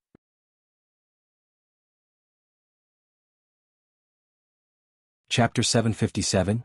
Brother Shao, thank you with the money back. Yundong did not want to pester them anymore. She believed that the people's eyes were sharp and the news spread quickly. It wouldn't be long before everyone in this area knew what Master Wen had done today. For a person who valued his reputation more than anything else, it was enough for Master Wen to suffer for a long time. But before she left, Yundong gave him a blow. To find the truth in such a small matter with such a simple question, even I can easily judge it. However, Master Wen made such a simple case so complicated. As expected of the knowledgeable elementary scholar. Today we have all learned something. Someone couldn't help but laugh. Master Wen finally couldn't take it anymore. His footsteps began to become unstable and his fingers trembled. Yundong's eyes widened. Was he going to faint again? Was she going to add another feat to her glorious achievements? Unfortunately, Master Wen's resistance was relatively strong. In the end, with the help of the gatekeeper, he held his chest and panted as he entered. Madame Sun also hurriedly covered her face and followed in. The other students lowered their heads and looked at each other. In the end, they quickly turned around and left with faces full of shame. In an instant, only Liu Xiahui and Madame Wu were left at the door. It was the gatekeeper who had returned and pulled the sobbing Liu Xiahui in. Madame Wu stood alone at the door and was pointed at. Yundong glanced at her. She would tell Qingyuan everything about the Wu family. As for how they would deal with it, it was up to them. She looked at the aggrieved and resentful Niu Dan and smiled. "Let's go." Niu Dan wiped his face and smiled. He took the 50 copper coins and ran to the side to pick up his basket before following Yundong to the carriage. When he got into the carriage and saw the kite and Bao inside, his eyes widened. "Sister Yundong, did you buy these for Yunshu?" Yundong saw that his eyes were filled with envy and desire. Thinking that he had suffered greatly today, she gave him one. "This is for you." Niu Dan looked at her in surprise. "You're really giving it to me? You don't like it?" "Yes, I like it." He hugged the kite, and his face returned to its usual cheerful expression. Yundong heaved a sigh of relief. This child's recovery ability was quite strong. Niu Dan held the kite for a while before carefully putting it down. He then looked up at Yundong and pursed his lips. After a while he said, "Sister Yundong, thank you." "You're welcome."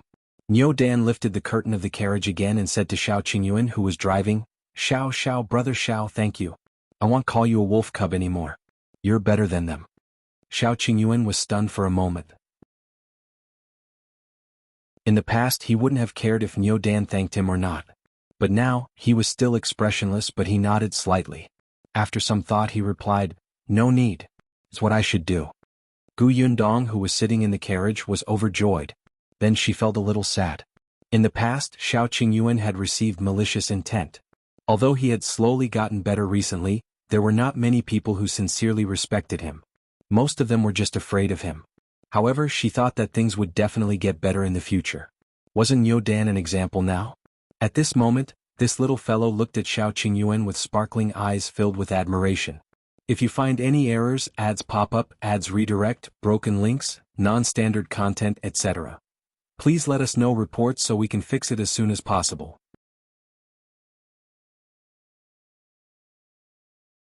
Chapter 758. I should have listened to you long ago. The three of them quickly arrived at Yongfu village in a carriage. Yundong asked them to send Niu Dan back to the Qin family first. When the carriage stopped at the entrance of the Qin family's house, Madame Zhou was returning with a vegetable basket. She was stunned when she suddenly saw Shao Qingyuan sitting on the shaft of the carriage. When the curtain of the carriage opened, Yundong's smiling face was revealed. Madame Zhou immediately smiled and greeted, "Yundong, why are you here? Come in quickly." Before she could finish speaking, Niu Dan crawled out. At this moment, Madame Zhou really froze. She rubbed her eyes in confusion. In the next moment she suddenly slapped her leg. Niu Dan, why are you back? Shouldn't you be at school during this hour?" When Niu Dan saw his family, the grievance from before surged up again. He immediately ran towards him with tears in his eyes. "Grandma, I'm not going to school anymore." Madame Zhou had dropped the basket in her hand. She quickly hugged him and asked, "What's wrong, what's wrong? Why are you crying? Who bullied you?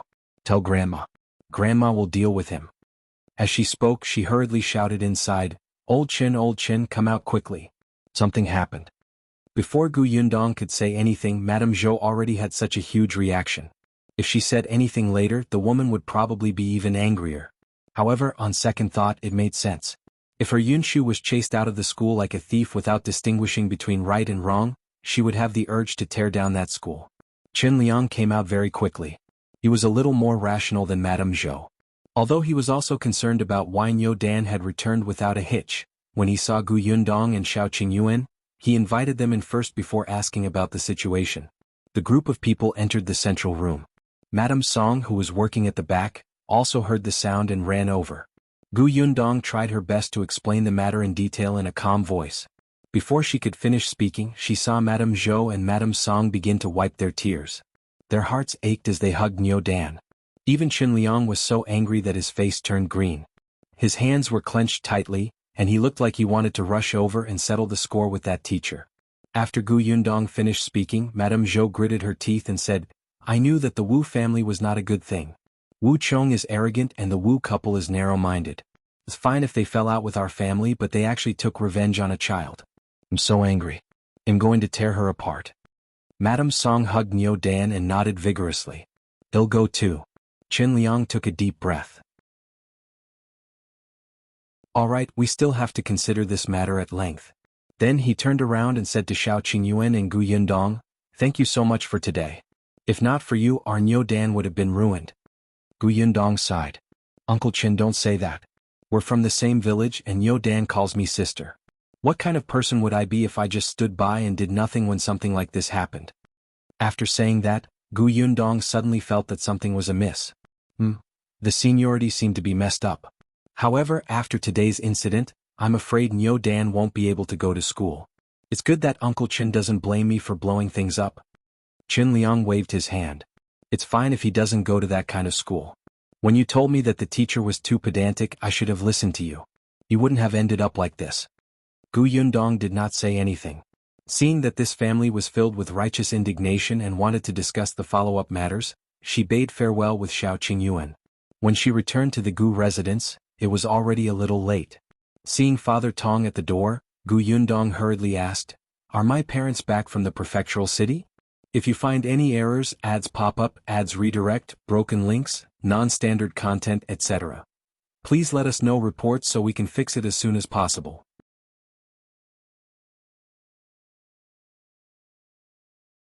Chapter 759.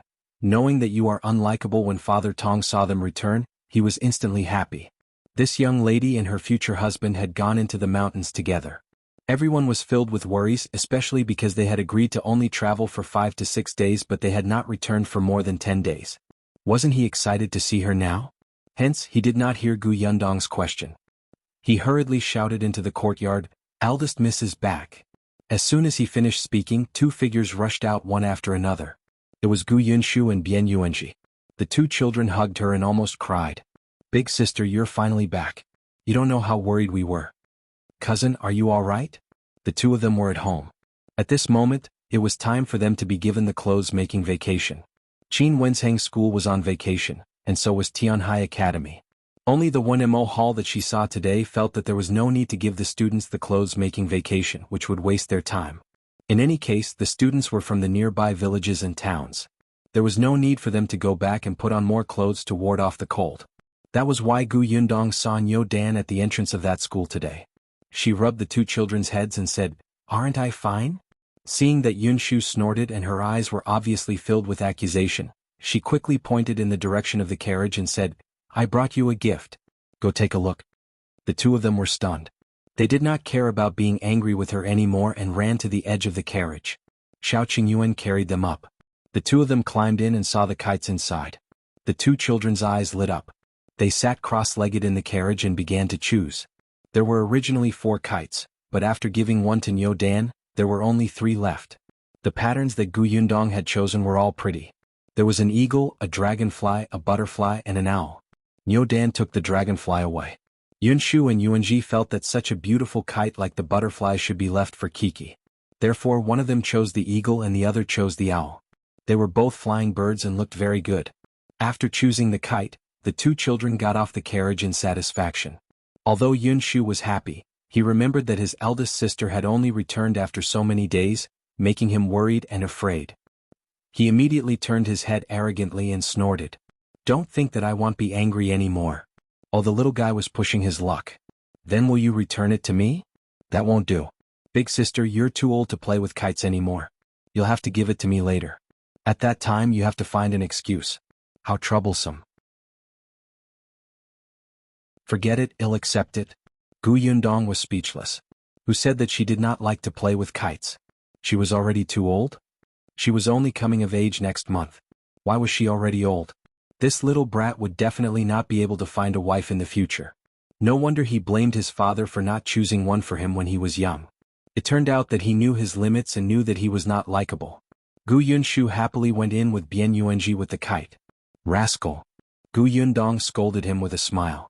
However, when she saw that only the 2 children had gone out to welcome her, it seemed that her parents had not returned. It was also strange. At this time, Tianhai Academy should already be on vacation. However, she heaved a sigh of relief and entered the Gu residence with Shao Qingyuan. However, just as she took a few steps in, a surprised voice suddenly came from behind. Miss, Master, Madam, and Second Miss are back. If you find any errors, ads pop up, ads redirect, broken links, non-standard content, etc. Please let us know reports so we can fix it as soon as possible.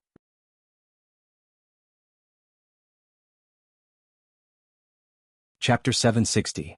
A man among women. Gu Yundong stumbled and almost fell forward. Fortunately, Shao Qingyuan was quick-witted and rushed forward to support her. Gu Yundong looked at him and said softly, "Should I say that we're lucky or unlucky?" It was also very coincidental that they had only returned a step earlier than her parents. Shao Qingyuan laughed. "Let's go and welcome your parents." Yeah. The two of them turned around. Yunshu and Yuanji, who had also heard the sound, rushed past them and ran to the door. When Gu Yundong walked out of the door, she happened to see Yunshu, Yunka, and Yuanji hugging each other tightly, as if this was the only way to express their affection for each other. The children were jumping around, clearly overjoyed. Even Madame Yang was envious and went forward to hug them. Gu Yundong almost laughed out loud. She hurriedly shifted her gaze to her father. Unexpectedly, Gu Dajiang's face darkened as he looked at her unhappily. Gu Yundong's heart skipped a beat. Could it be that he knew that she had been in the mountains for so many days? No way, didn't father just come back? Gu Yundong coughed lightly and asked softly, "Father, why did you only come back today? You still have the cheek to say that?" Gu Dajiang was also very depressed. He snorted coldly. "Your milk tea shop opened yesterday, but a few days ago, Shui Tao came to the Prefectural city and said that you had something on and couldn't come. Eldest Miss Nia asked me to represent you. Otherwise I would have returned 2 days ago." Gu Dajiang was unhappy. Firstly, he couldn't come back earlier. He had gone back on his word to his wife and daughter, causing Madame Yang and Kiki to lose their spirits.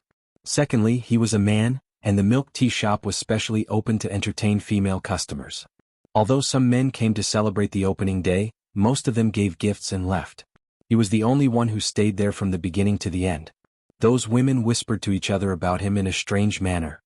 Gu Dajiang still felt uncomfortable when he thought of that scene. He was a man and he didn't know where to look when he was in a place full of women. Fortunately, Madame Dai saw through his predicament and let him come back first. Only then did he heave a sigh of relief. After listening to the entire process, Gu Yundong could only hold back her laughter and quickly apologize to him. "Father, you've worked hard. I know that you did something that you were unhappy about for me. You're the best father in the world." Although Gu Dajiang glared at her, he enjoyed what she said. He let Gu Yundong help him into the courtyard. After entering the courtyard and sitting down, Gu Yundong asked about the situation in the prefectural city. The milk tea was ready. Although Gu Yundong did not attend the opening ceremony, Madame Dai must have known that she had gone deep into the mountains. She had also told him about her family's matters, and briefly mentioned entering the deep mountains. Yunshu, who was at the side, glared at her while remaining silent. He did not say anything about his sister not returning home for more than 10 days. However, when Gu Yundong mentioned the matter of Niu Dan today, the little fellow finally could not take it anymore. He stood up and was about to run towards the Chen family. It was Gu Dajiang who quickly pulled her back. "The Chen family must be discussing this matter now. Don't join in the mess. It's the same if you look for him tomorrow."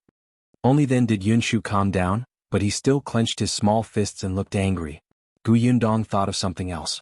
Now that Niu Dan can't go to Wenhuo Hall to study, I don't know which school he will go to next. If you find any errors, ads pop up, ads redirect, broken links, non-standard content, etc. Please let us know reports so we can fix it as soon as possible.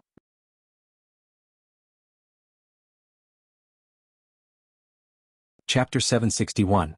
He can go to Dongyi Academy. It was not that Gu Yundong had not thought about Qin Wenjing. However, it was obvious that it wouldn't work. Not to mention how long Qin Wenjing would have to teach, he had more and more things to do now. He probably didn't have the energy to take in any more students. Ever since Yunshu and Yuanji entered the school, Qin Wenjing had never recruited anyone again, right? Moreover, although Gu Yundong felt that her relationship with Qin Wenjing was quite good, she could not rely on this relationship to unscrupulously stuff students into his school. She had already stuffed 2 of them in. Between the two, Qin Wenjing had taken a fancy to Yunshi's talent, and Gu Yundong had exchanged for Yuanji with conditions. Not on Qin Wenheng's side. As for other places, there were only 2 schools in town and one was Wenhuo Hall. He would definitely not go there again. The other school valued money too much and demanded high tuition fees. Gu Yundong did not like it. However, Qin Jingkai's son was studying there. This was because Qin Jingkai was a junior manager back then.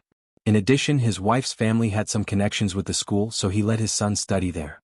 Later on, after Qin Jingkai lost his job as the town's junior manager, he had also thought of letting his son go to school after this year. However, now that he had become Gus' assistant, this thought was dispelled. Other than these two families, there were also a few small private schools. The teachers were not even elementary scholars. They could only teach the children to read. However, it was obvious that the Qin family sent their children to study and read because of the imperial examination. How could he be satisfied with just a few words? Forget it. These things were not something she could worry about. Qin Liang definitely knew what to do. Gu Yundong was just about to change the topic and talk to her family about other things when she heard Yunshu tilt her head and say, "Actually, he can go to Dongyi Academy." Gu Yundong was stunned. Dongyi Academy? I remember that the teacher of that academy brought his students to make things difficult for you, right? Yes. Yunshu nodded. But that teacher has been removed from the academy and won't be allowed to continue teaching. The dean of Dongyi Academy has also returned and even knows our teacher. He's a pretty good person. Yuanji also nodded at the side. The dean was very angry when he heard about what happened back then. Then he reorganized the academy. A few days ago, our teacher even brought us to Dongyi Academy to discuss knowledge with those students. After the new emperor ascended the throne, the dean of Dongyi Academy went to the capital for the examination. This trip lasted for more than half a year.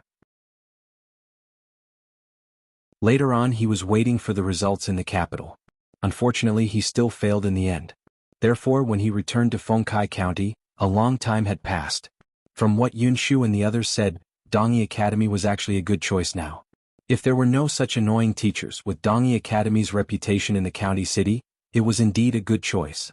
Well, in that case, she could give the village chief a suggestion. As for whether to accept it or not, it was up to them. With this thought in mind, Gu Yundong stopped talking about this matter.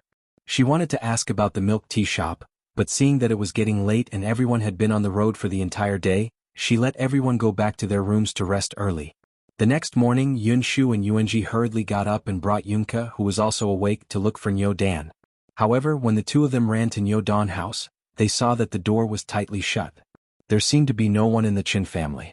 If you find any errors, ads pop up, ads redirect, broken links, non-standard content, etc., please let us know reports so we can fix it as soon as possible.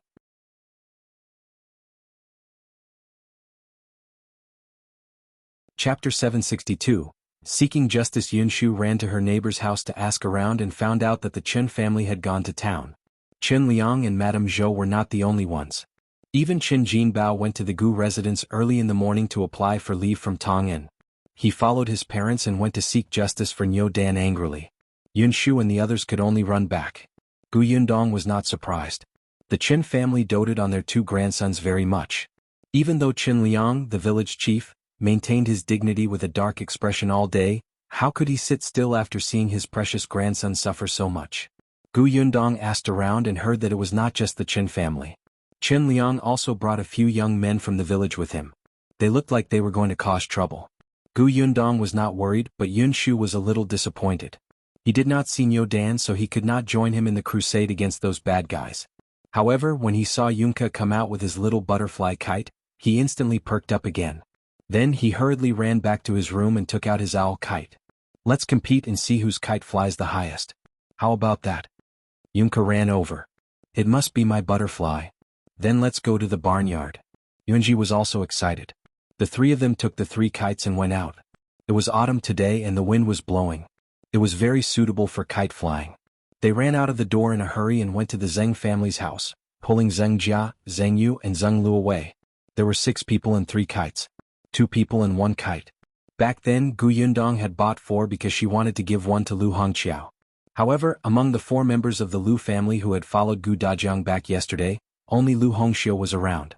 The others had all stayed in the courtyard and did not come back. The group of people ran to the barnyard, and the 3 kites instantly attracted their friends along the way. Therefore, when they arrived at their destination, almost all the children in the village followed them. Many people flew kites, but they couldn't eat or wear them. Their parents in the countryside didn't have the money to buy the kites, so they could only make the kites themselves. The homemade kites were simple and crude. There were a few thin bamboos and some window paper. It was squarish and did not even have a shape, let alone a color. It was so ugly that it made one want to cry. Therefore, the colorful kites that Yunshu and the others took out instantly became the children's favorite. They touched them with their hands. If Yunshu hadn't stopped them, the kites would have shattered into pieces before they could fly into the sky.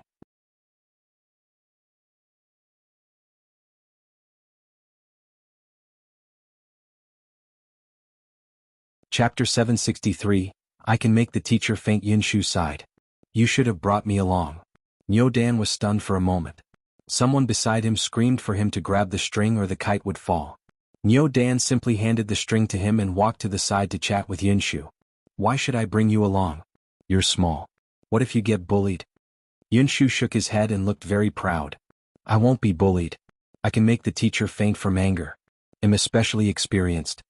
Are you going there to make the teacher faint from anger? It's fine. Even if you didn't go, my father and the others almost made the teacher faint from anger today. Yunshu's interest was piqued. He pulled his wrist and sat down on a rock at the side. Then tell me, how did you make the teacher faint from anger? Niu Dan immediately twisted his body and started talking. At the same time, Qingyuan sat at the Gu residence and drank tea. He told them about his trip to town today. They went to Wenhuo Hall and met the teacher. Interestingly, Liu Xiahui's father also went to the school to settle scores with the teacher. Liu Xiahui's father was a butcher. He was originally filled with a ferocious aura and his entire body was filled with muscles. It was said that yesterday, after Master Wen discovered that Liu Xiahui was a thief, he brought him back and taught him a lesson in front of all the students. He even made him kneel on the ground for an hour. In the end, he even chased him out of the school and refused to acknowledge him as a student. In the end, after Liu Xiahui returned, he said in front of his parents that there was no point in living and that he wanted to hang himself. He only fell asleep after fussing over a whole night. Hence, Father Liu came over early in the morning. When Qingyuan said this, he was still a little angry. Fortunately, Niu Dan met you yesterday, Yundong. Otherwise, he would have been chased out of the school after suffering injustice. The person who wanted to die would have been our Niu Dan. Thinking of this, I feel a lingering fear. Gu Yundong drank her tea silently. Now, Uncle Qin, you're thinking too much. I don't think Liu Xiahui really wants to die. Otherwise, why would he cause such a ruckus in front of his parents? However, this was also because Liu Xiahui was strong. If he were someone who was weak and could not stand being humiliated by Master Wen, he would probably really take things too hard. Actually, there could have been a very good solution to this matter. Stealing money was not right in the first place. After that, it was a huge mistake to frame others. Such a student should be severely punished. As a teacher, what he had to do was to find out the truth and clear Niu Dan's name. Then he would guide and educate the perpetrator.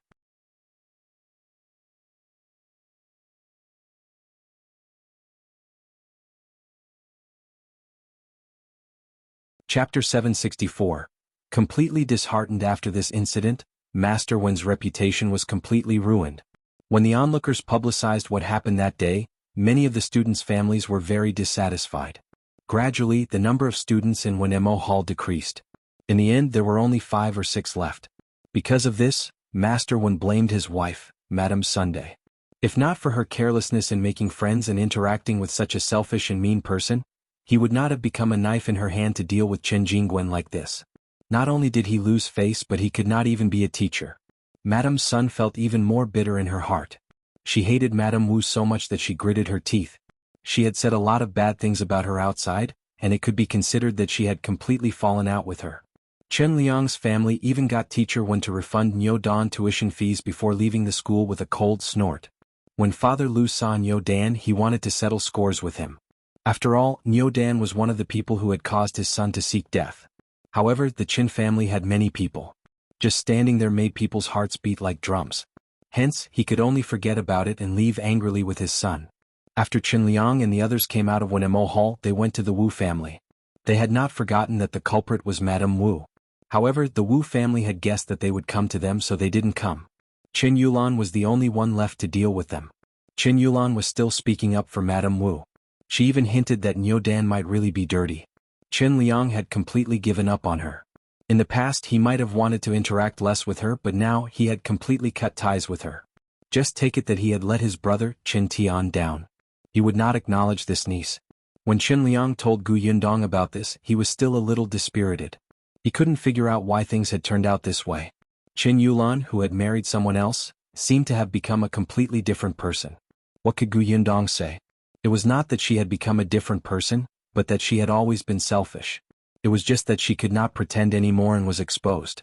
However, when she saw Qin Liang's dejected expression, she comforted him in the end. It's good to see it clearly as soon as possible so that she won't bring even greater calamity to the Qin family in the future. Uncle Qin, don't be too sad. At least you've let Niu Dan off today. Qin Liang nodded. Yes, seeing that teacher apologized to Niu Dan, I feel much better here. As he spoke, he began to hesitate as if he had something to say and was embarrassed. Yundong asked curiously, what's wrong? Is Uncle Qin in a difficult position? Yes, it's like this. Uncle Qin rubbed his hands and said, Niu Dan can't study at Wenhuo Hall in the future. I don't know where he should go in the future.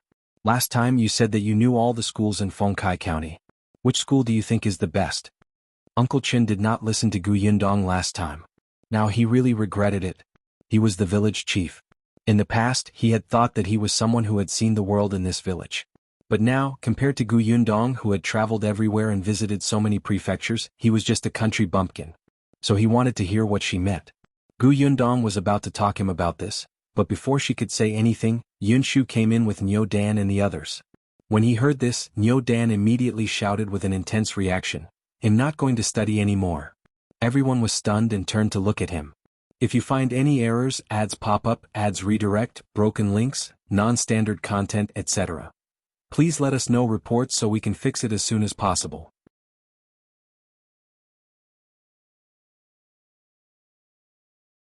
Chapter 765. Why don't you want to go? Uncle Qin was the first to react. He immediately scolded, what do you mean by not studying anymore? Don't spout nonsense. You know how many children in this village don't even have the chance to study. You can only sit there and study obediently because your parents are promising. But you actually don't cherish it. He was right. How difficult was studying these days? Although he was the village chief, it was also very difficult for him to provide for his two grandsons to study. However, he knew the benefits of knowledge. As long as his grandson could become an elementary scholar or high scholar, it could change their life. That was why he had shamelessly come to the Gu family today and carefully asked about the school. Qin Liang even had some hidden thoughts in his heart. He had seen Qin Wenjing before. Although he did not know his exact identity, he could tell from the man's aura that he was definitely not an ordinary person, especially since Yunshu and Yuanji were both studying at his place. They had been in school for less time than Niu Dan, but they had learned more than Niu Dan. It was said that they even had to learn how to ride horses and shoot arrows. That school was much more awesome than that Wenhuo Academy. Who wouldn't want to go to such a good school? However, he had also asked around. Teacher Qin had strict requirements for accepting students. It depended on talent and fate.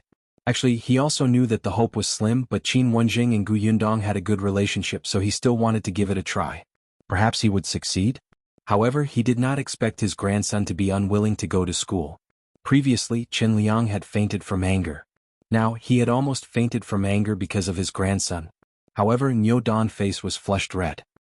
His small hands were clenched tightly, and he looked very agitated and resistant. Qin Liang wanted to say something, but Dajiang shook his head slightly and pulled Niu Dan over. He wasn't familiar with Niu Dan, but from what his son often said, he quite liked this enthusiastic and energetic little fellow. He asked gently in a low voice, why don't you want to study anymore? It's not good to study at all. I'm unhappy and can't go home. The teacher doesn't let us play. Even if we have time to rest, we have to sit in our seats and read. We can't be in the toilet for the time of more than half a cup of tea. I feel uncomfortable. I feel like I can't breathe. Niu Dan's expression became pained as he spoke. Yundong understood that Niu Dan had developed a distaste for learning. Moreover, this phenomenon had not happened for a day or two. He must have felt suffocated under the pressure of the literary master. As expected, Master Wen was not suitable to be a master. However, Qin Liang was completely stunned and did not understand. Isn't this how studying is? Which student doesn't study hard day and night? The ancients even had their heads hanging from beams and their butts sitting on thorns. They wished they could sit in front of their desks 24 hours a day. Why do you feel uncomfortable? Yundong and Dajiang looked at each other. This was a generation gap. Qin Liang had never studied before, so he couldn't empathize with his grandson, but Gu Dajiang knew. He gave Gu Yundong a look, and the latter left with Niu Dan, who was about to protest, and Yunshu, who was frowning as if he was thinking about something. Only Gu Dajiang and Qin Liang were left in the central room. Qin Liang was still frowning. Gu Dajiang poured him a glass of water before saying slowly, "Village chief, I can understand your hopes for the child, but we have to understand that Niu Dan is only 8 years old this year. He's still young and doesn't have enough willpower to begin with. Let alone the child, even I can't do it. If you find any errors, ads pop up, ads redirect, broken links, non-standard content, etc. Please let us know reports so we can fix it as soon as possible."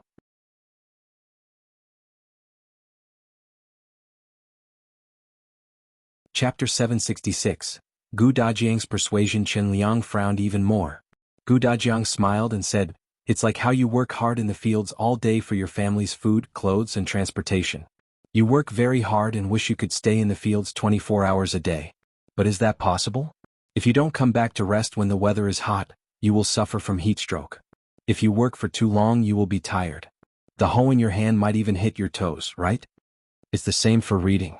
If a person doesn't rest and reads all day, his eyes won't be able to take it. His thoughts will be chaotic for a long time and he won't be able to learn it all. The appropriate rest is for better work or learning in the future. Don't you think so? If you force students to read and write, it will backfire." With this explanation, Qin Liang felt much easier to understand. He looked at Gu Dajiang and asked in a low voice, "I heard that you're studying at Tianhai Academy now. Is it the same for your academy?" Of course, the Tianhai Academy is even more relaxed. The teacher will stop after teaching a certain amount of knowledge, leaving time for you to think and interpret. If you don't understand, you can ask the teacher. If you already understand, you can read books yourself or practice calligraphy or draw, play chess, or even go back to the dormitory to rest in advance. At their age, the most important thing was self-awareness. Oh my God, you can do that? This was the first time Qin Liang had heard of such a teaching method. In the past, he only knew that those students stayed at home every day and did not even go out. They only knew how to read books. Their family did not dare to speak loudly at home and they read until midnight every day. In the end, he was still too ignorant. Gu Dajiang smiled. "Village chief, it's not only our Tianhai Academy. Yunshu's school is relatively relaxed. Why don't you ask him?" Qin Liang was stunned. In that case, does it mean that the teacher from Wenhuo Hall doesn't know how to teach? At least in some aspects he really didn't do well. For example, Tianhai Academy has the clothes-making vacation, Yunshu's school has it, and even the private school in the neighboring village has it for half a month. However, the Wenhuo Hall in town only let the students stay in the school to study, obliterating the students' enthusiasm for studying. How can this be? Gu Dajiang wanted to say that this guy had caused a lot of harm. Qin Liang lowered his eyes and began to think. Compared to this kind of small academy, he naturally believed in the Tianhai Academy that had nurtured so many honorable scholars and top scholars and had 100 years of history. Moreover, when he thought about it now, Niu Dan was very happy every day when he went to school at first. Every day he would come back and talk about the interesting things in the school and how many words he had learned during the day. However, recently he had become more and more silent. When he returned home, he refused to talk about the things in the school. Qin Liang sighed. After a while, he asked, "Then is it true that Niu Dan is not allowed to go to school?" There's no need to make a decision so quickly. Niu Dan is now disgusted and repulsed by studying. He might feel that no matter which school it is, it will be the same as Wenhuo Hall. It will only give him huge pressure. If the village chief is free, you can actually bring Niu Dan to other schools to take a look and let him know that there are still many schools with different teaching methods. Qin Liang nodded thoughtfully. Gu Dajiang knew that he needed to think about it and talk to Niu Dan. The two of them stood up and walked out of the central room, planning to look for Niu Dan. Unexpectedly, after looking around the courtyard, they did not see the children.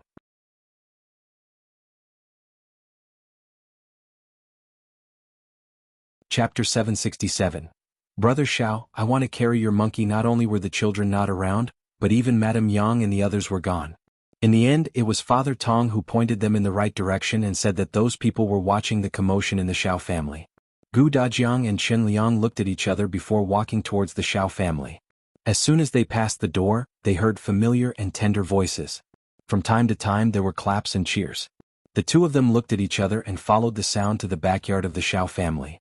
Then they saw many people sitting in the backyard of the Shao family. Gu Yundong, Madame Yang, Yunshu, Yuanji, Niu Dan, the three Zheng siblings, Mao, and even Tong Shuitao and Shui Rong had come to join in the fun. Standing straight in the middle of the courtyard was Shao Qingyuan. He held a bow in his hand and drew an arrow from his quiver with his right hand. Then he raised it slightly and straightened the bow.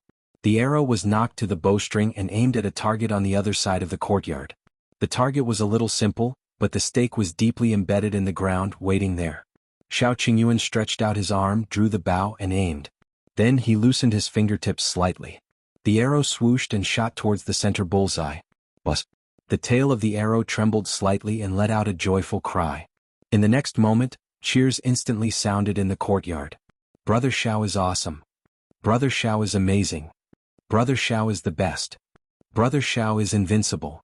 Brother Shao, I want to carry your monkey. Everyone was speechless. They all looked at Gu Yundong. The latter explained calmly, what I mean is that with this skill, he can definitely beat a monkey. Really? Is that what you mean? We're inexperienced. Don't lie to us. The children were still puzzled, but Mao couldn't take it anymore. He shook his shoulders eagerly and ran to Shao Qingyuan's side in a hurry. Young master, let me try too. Shao Qingyuan nodded and made way for him. Mao rubbed his palms together and even spat twice in his palm. Then he took the bow from Shao Qingyuan. Shao Qingyuan suddenly raised his head and looked at him coldly. Mao, what's wrong? Young master, don't look at me like that. I'm scared and feel like I'm going to die. He didn't say anything just now. Mao asked carefully, young master, Shao Qingyuan raised his chin and said, use that. Yundong had given it to him. He was the only one who could use it. No one else could touch it. If they did, their hand would be cut off. Mao looked in the direction Shao Qingyuan was pointing and saw an old bow and arrow.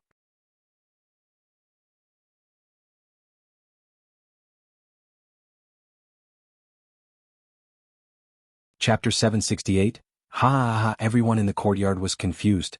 Only Gu Yundong pursed her lips and smiled. She looked at Shao Qingyuan with a gentle gaze. Mao could only take the other quiver in a daze.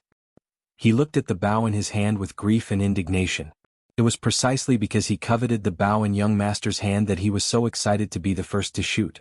Actually, his archery skills were not very good, however, in front of everyone he could only take a deep breath, draw his bow, and aim. Swoosh. The courtyard was as quiet as could be. Everyone stared blankly at the arrow that had missed its target and was speechless for a long time. Until Gu Yunshu suddenly slapped his forehead with his small hand, turned his head and said, I can't bear to look. Shortly after, bursts of laughter rang out. Mao looked angrily at Go and Zhu, who had made a sound, and glared at them fiercely. On the other hand, the children were very kind. None of them laughed at him. Instead, they comforted him seriously. It's all right. Brother Mao, you were just not ready. It's not that your archery skills aren't good, Niu Dan said sincerely. Brother Mao, you're already very good. I can't even pull the bowstring. The last time Master brought us to practice riding and archery, I could only stand at the side and watch, Yuanji advised. Brother Mao, although you didn't hit the target, you touched the bow and arrow. Zheng Lu thought for a long time before saying. Mao's heart skipped a beat. Please stop talking. Fortunately, Yunka did not say a word. She even came over considerately and pulled his hand. Mao was instantly warmed up. As expected, the girl was a little cotton-padded jacket. However, in the next moment, the little girl said seriously, Brother Mao, you must be standing too far away. Let's get closer. Come, take a few steps forward and try again. As the young lady spoke, she pulled his hand and walked towards the target. Well, now for sure. Mao raised his head and looked at the target a meter away from him. His heart did not waver at all. You should have guessed. To hell with the little cotton-padded jacket. Pfft. Ha. This time, Go and Zhu weren't the only ones laughing. Even the children couldn't help but slam the table and laugh out loud. Even Gu Yundong and Shao Qingyuan covered their mouths, their shoulders heaving and unable to stop. Gu Dajiang and Chen Liang looked up at the sky, but the corners of their lips kept curling up. Only Gu Yunka was at a loss. She ran to Gu Yundong's side and lay on his lap. She asked curiously, Elder sister, what are you laughing at? Isn't this a good idea? Yes, that's a good idea. Gu Yundong picked her up, her shoulders still trembling. The little girl saw that her elder sister was happy. Although she still did not understand why they were laughing, she also smiled foolishly. Now there was only Mao left standing alone in front of the target. His back view was especially miserable. He swore that from today onwards, he would train hard in archery. Fortunately, Go and his brother learned from his lesson and stopped showing off. They really took a few steps forward and shortened the distance slightly. Although they didn't hit the bullseye like Shao Qingyuan, at least they didn't miss the target. In the end, they became more and more familiar and their results gradually improved. The children also wanted to shoot arrows, but Shao Qingyuan's arrows were still too big and heavy for them. The others had never learned it before. Although Yunshu and Yuanji had taken riding and archery lessons with Qin Wenjing, it was only limited to the most basic teaching. Moreover, the bows and arrows they used were different. If you find any errors, ads pop up, ads redirect, broken links, non-standard content, etc. Please let us know reports so we can fix it as soon as possible.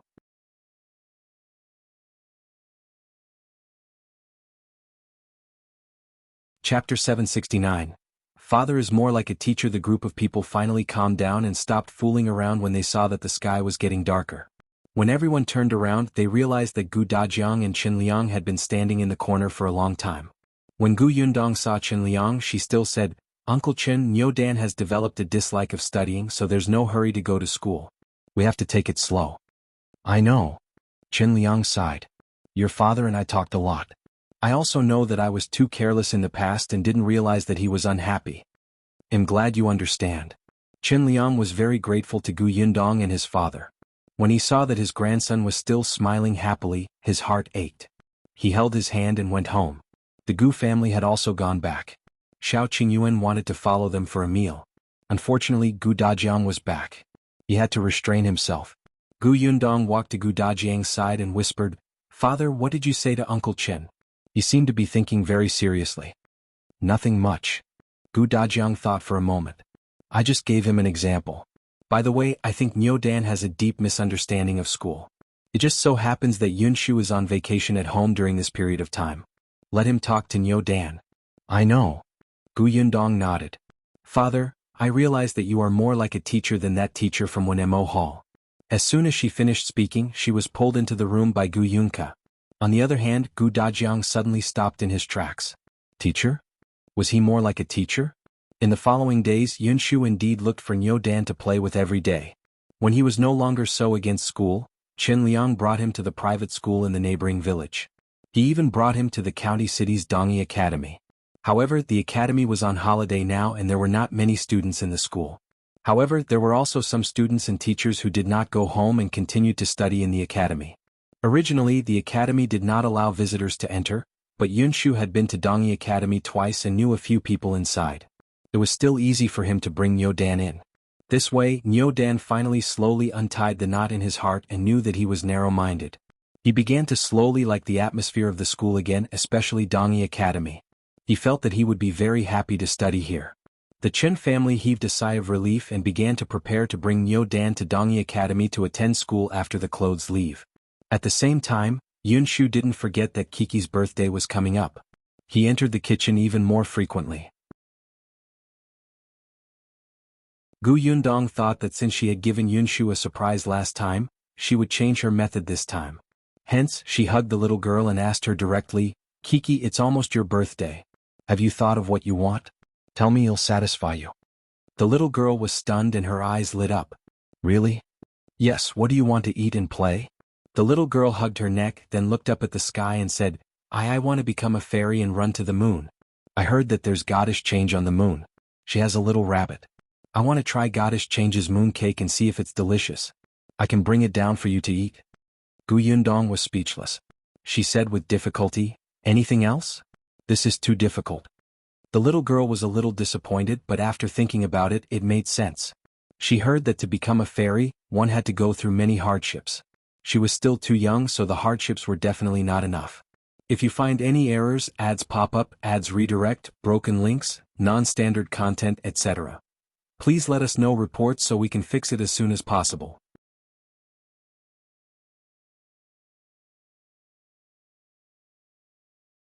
Chapter 770, Birthday Wish. However, in the next moment, the little girl's eyes lit up again and she said, I got it. Tell me, I want to grow up tomorrow. This way I can make so many delicious foods that you can taste and praise me for. As she spoke, her face began to fill with yearning. The young lattice goal was already very clear. She liked to eat and cook. In the future she would become as powerful as her sister and make many different things that she had never seen before to let everyone know how powerful she was. The little girl was thinking happily, but when she looked up, she realized that her eldest sister had a constipated expression. Even her parents and brothers, who were also listening attentively, were secretly covering their mouths and laughing. The young lady was instantly angry. She sat in Gu Yundong's arms and put her hands on her fat waist. "Don't laugh. I can make it. I can make delicious food and slap your faces." Gu Dajiang was overjoyed as he carried her over. All right. We won't laugh. Kiki will definitely make the best food in the future. But Kiki, if you want to become an adult tomorrow, we can't do anything about it. Think of other wishes that we can help you fulfill, okay? Gu Dajiang was happy. In the past, when he was in the Gu family, be it Gu Yundong or Gu Yunshu, they were exceptionally sensible at a young age. Such naive words would never come out of their mouths. Even if they wanted to eat corn and sweet potatoes, they would only secretly think about it in their hearts. They watched eagerly and did not dare to bring it up. However, now that she had developed such a personality, it meant that his family's life was really good. They no longer had to be careful at such a young age and say whatever they wanted. Gu Dajiang felt bitter and complicated as he looked at his eldest daughter, who had changed everything. However, Gu Yundong had a conflicted expression. She was too naive. A child's dream could not be on the same level as an adult's. She should not have been too confident. After thinking for a while, she could only say to the little girl, "Why don't you tell me something I can do? You can tell me 3 wishes, 3. The little girl began to rack her brains. Something that big sister can do? But in her heart, big sister could do anything. Yunshu squatted beside Gu Dajiang and held her small hand as she said, "For example, you can eat a few more candies during your birthday. For example, if you want big sister to sing for you." Before he could finish speaking, he was hit on the head. He turned his head and looked at Gu Yundong sadly. The latter glared at him. "Sing my ass. You're the one who wants to hear it, aren't you?" Yuanji also suggested, "Kiki, you can also get a new set of clothes." Gu Dajiang also said, "Or we can have a big meal." Madame Yang nodded crazily. "This is good. Kiki, have a big meal. You like it?" The little girl twisted her little head and turned around on everyone's face as if she was thinking. After a long time, he finally nodded solemnly. "I got it." Everyone looked at her expectantly. "Firstly, I want to eat cake." As she spoke, she could not help but swallow her saliva. She had eaten it on second brother's birthday last time. It was delicious. After that, big sister stopped making it. She said that it was not easy to make and she did not have time. All right. Gu Yundong agreed and heaved a sigh of relief. At least she was not going to the sky or down the ground. When the time comes, not only will there be cake, but I will also make something else for you like your second brother. The little girl nodded vigorously. I also want to invite my friends. If you find any errors, ads pop up, ads redirect, broken links, non-standard content, etc., please let us know reports so we can fix it as soon as possible.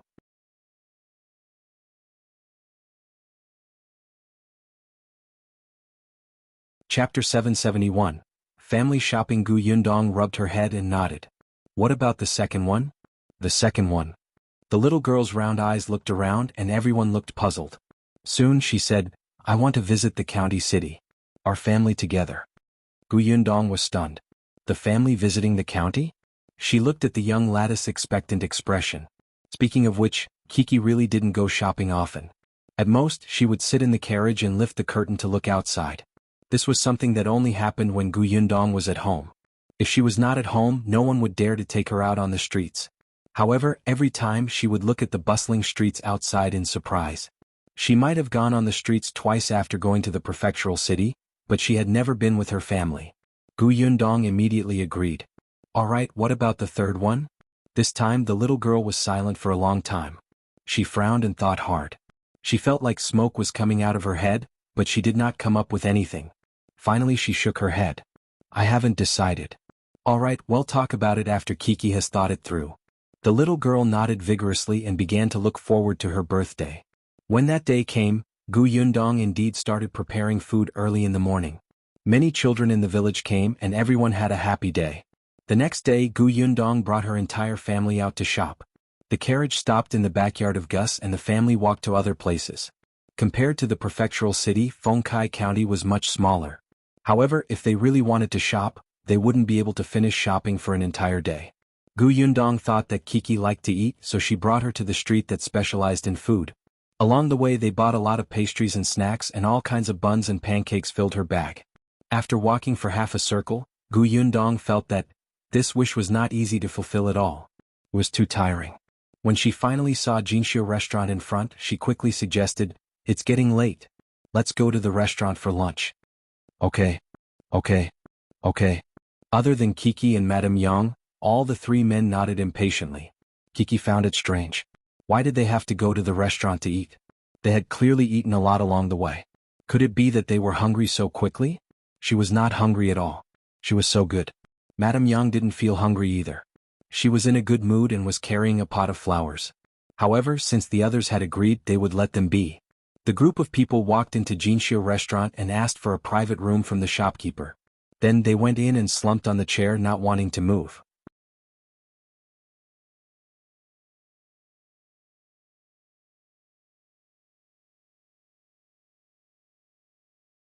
Chapter 772.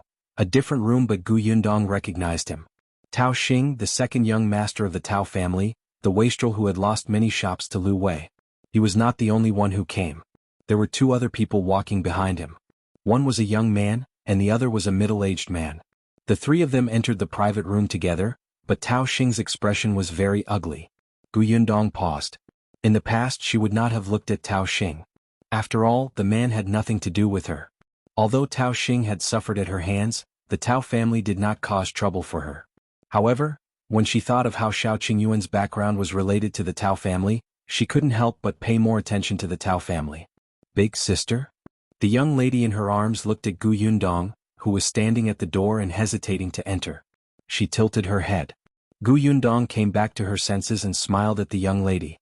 Then he pushed open the door of the private room and carried her in. He said to Gu Dajiang, "Father, I'll go out for a while. You guys rest first." Gu Dajiang nodded and didn't ask further. He knew that his daughter was busy. Gu Yundong went out again and looked at the private room that Tao Xing had entered. This was the Jinxiu restaurant. Due to her relationship with the Liu family, she was very familiar with this restaurant. Tao Xing's private room. She remembered that when Liu Wei brought her to the restaurant earlier, he had mentioned that this restaurant originally did not belong to the Liu family. It was bought by the Liu family from other merchants. The original owner did not know how to do business. This restaurant kept incurring losses and could not be saved at all.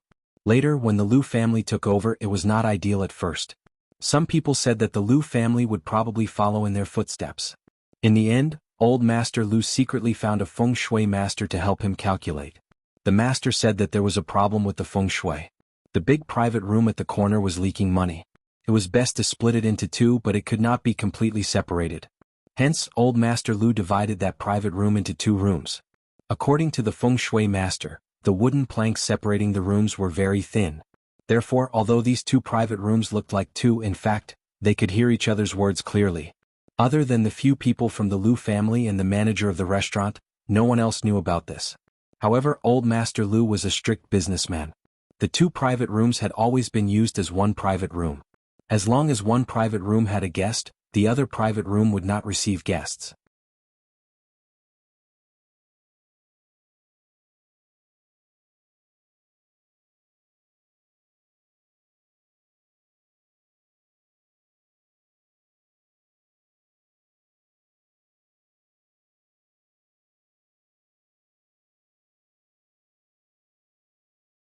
The waiter did not dare to ask and hurriedly explained the situation to the shopkeeper. The shopkeeper knew that Miss Gu had a good relationship with his young master and also knew about the grudge between her and the Tao family. After hearing this, he more or less guessed something.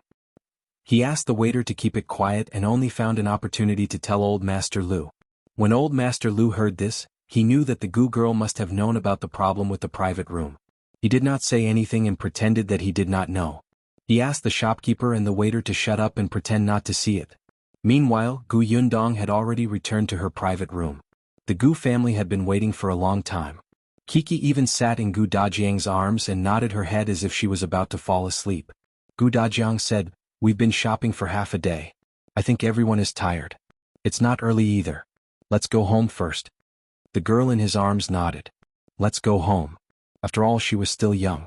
Although she was still in high spirits previously, After eating and drinking her fill and resting in such a quiet place for so long, she immediately felt tired.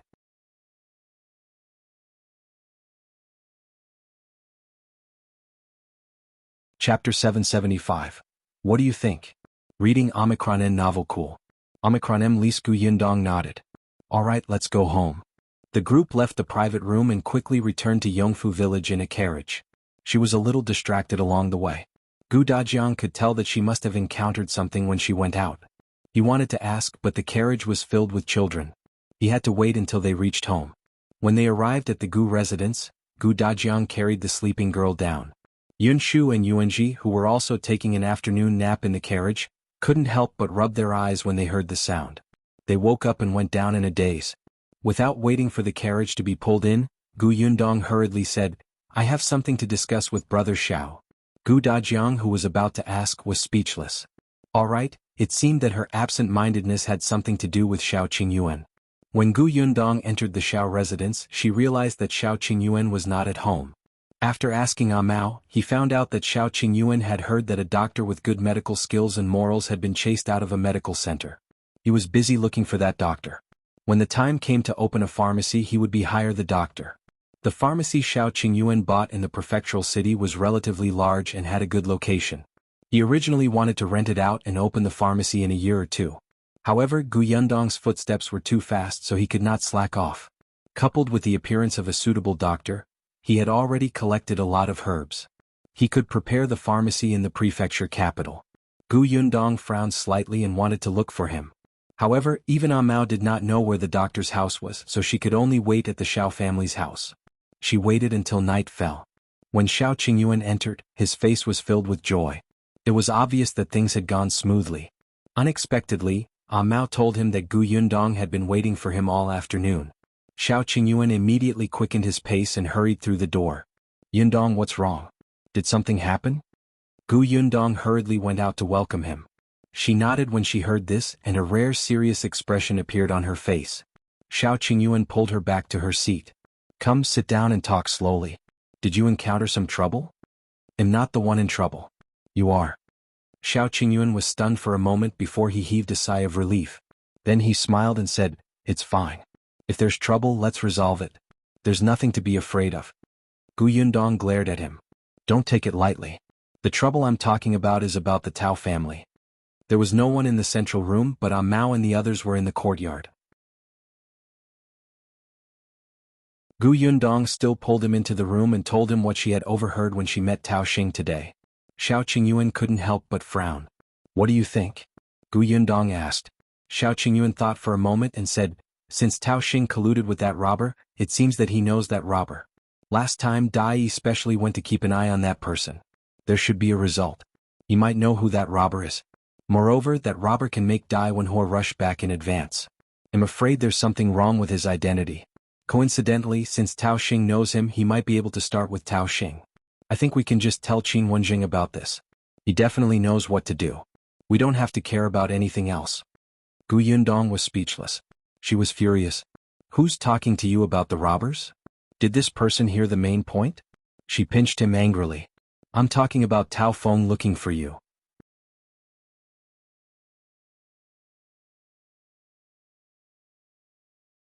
Chapter 776. 2 Inhumane reading Omicron and novel cool. Omicron least Tao Feng was looking for Shao Qingyuan. This was what she wanted to say. Shao Qingyuan was stunned for a moment before he smiled and said, Just let them keep looking. It's fine. How can it be fine? What if they find you? So what if they find me? Can the Tao family take my life? Their goal is to suppress me and not let me stand out. Only then can they ensure that the Tao family will be rich for a long time. But now that I'm already grown, who else can they find to suppress me? Besides, didn't you just say that Tao Xing is colluding with that robber? If Qin Wenjing finds out, he definitely won't let them off. What am I afraid of? Yundong saw that he really did not care about the Tao family and did not care if they would come looking for him. Indeed, according to the Tao family's intentions, they wouldn't take Shao Qingyuan's life, but Yundong glared at him. Why don't you understand?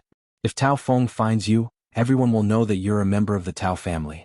Tao Xing colluded with the robbers and might have done something treasonous. If the entire Tao family is involved, you won't be able to escape if the Tao family is convicted. These days were different from the modern world. There was no such thing as taking responsibility for one's own actions.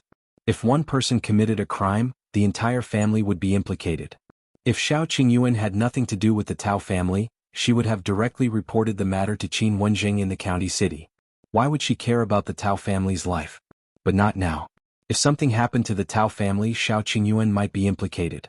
Especially when Tao Feng was still looking for him, who knew how many clues he had. Gu Yundong lowered her head and frowned.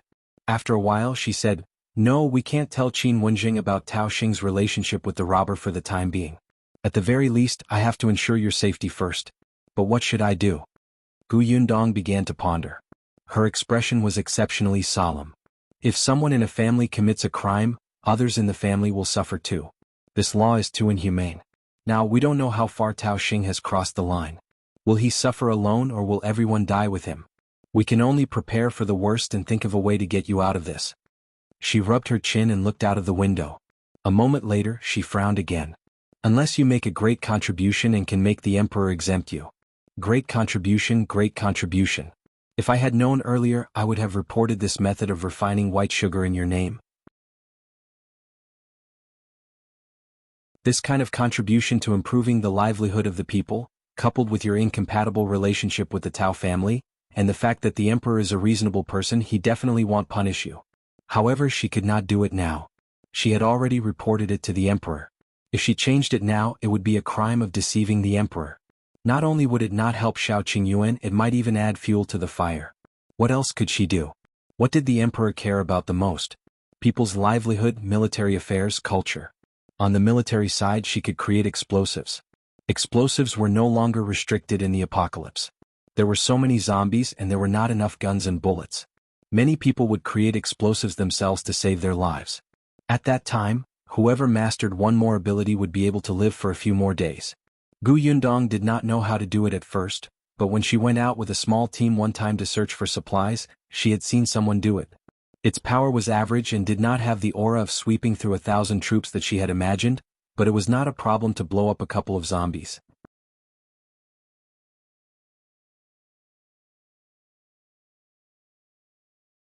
Chapter 777. Yundong and Qingyuan are in the room reading Omicronin novel Cool. Omicronim, least Gu Yundong tried to make it once. There were several packets of it in her space. But no, this thing was too powerful. In the era of cold weapons, the hot weapon would be convenient for the militants. If this thing was taken out, the impact would be earth-shattering. She could not do it. Moreover, with their current situation, they might even have problems protecting themselves. Gu Yundong dismissed this idea in her mind. If the military could not be touched, then there was only livelihood and culture. This range was huge. She had to think about it carefully. What should she do? Gu Yundong's brows were tightly knitted, and his mind was almost in a knot. Suddenly, a heat source came from behind, and then her entire body was pulled into Shao Qingyuan's arms. Shao Qingyuan hugged her tightly. It was as if she was his entire life. There was a smile on his face and his heart ached. He was surrounded by an unprecedented sense of satisfaction. He couldn't help but lower his voice. "There's no need to think so much." Gu Yundong turned her head slightly. "How can I not think so much? I don't even know what Tao Feng found." Gu Yundong's eyes widened when her mouth was suddenly blocked. Did he kiss her? Shao Qingyuan left as soon as he kissed her. His lips still had her soft touch, making him feel a little reluctant. Seeing her stunned expression, Shao Qingyuan's eyes darkened. He quickly shifted his gaze and looked out of the window, but he still hugged her tightly. "Just tell Qin Wenjing the entire matter. We don't know how serious the Tao family's crime is, but Qin Wenjing definitely knows. Once he knows, he will know what to do." Shao Qingyuan felt that directly handing over the troublesome matter to Qin Wenjing was the best solution. Besides, they could be considered to have contributed by reporting Tao Xing, right? Back then they had brought Dai Wenhuo into the mountains and exposed the robber's true colors. They had already contributed. Gu Yundong finally came back to her senses. She subconsciously pursed her lips and wondered why he left after kissing her. She had yet to react. However, after hearing Shao Qingyuan's words, she was still stunned for a moment. She asked him in surprise, "Are you planning to tell him your background?" "There's nothing to hide. I don't care anymore." In the past, he had kept it a secret because he was afraid that Gu Yundong would also treat him as a jinx and avoid him. But now it didn't matter. As long as she stood by his side, the opinions of others didn't matter. Gu Yundong was stunned for a long time before saying in a low voice, "Then, shall we look for Qin Wenjing tomorrow?" "Yes, let's go together." Shao Qingyuan tightened his arms slightly and said in a low voice, "Don't think too much."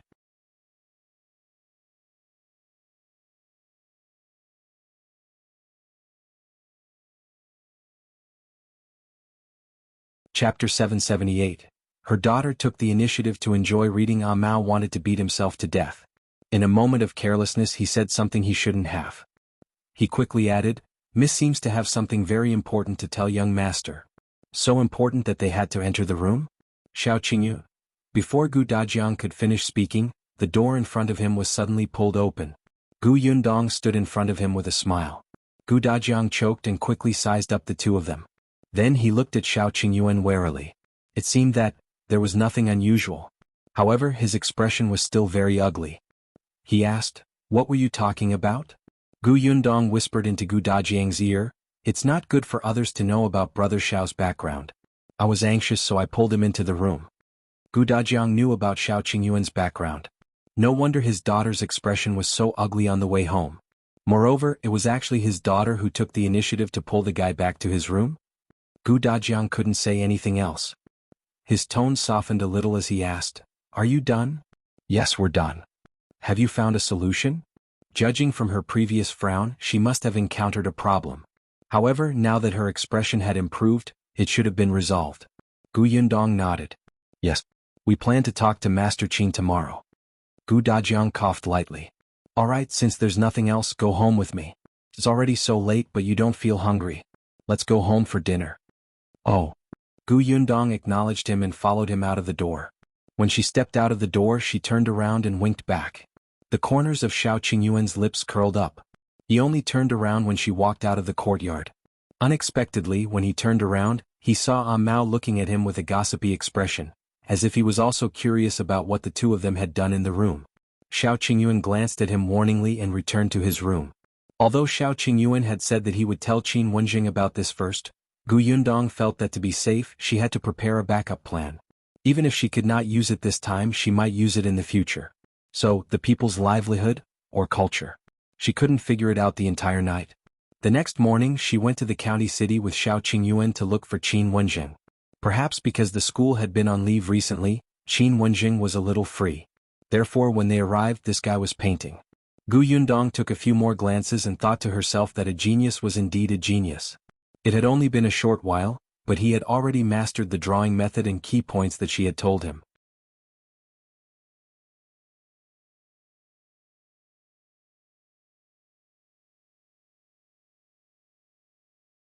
Chapter 779.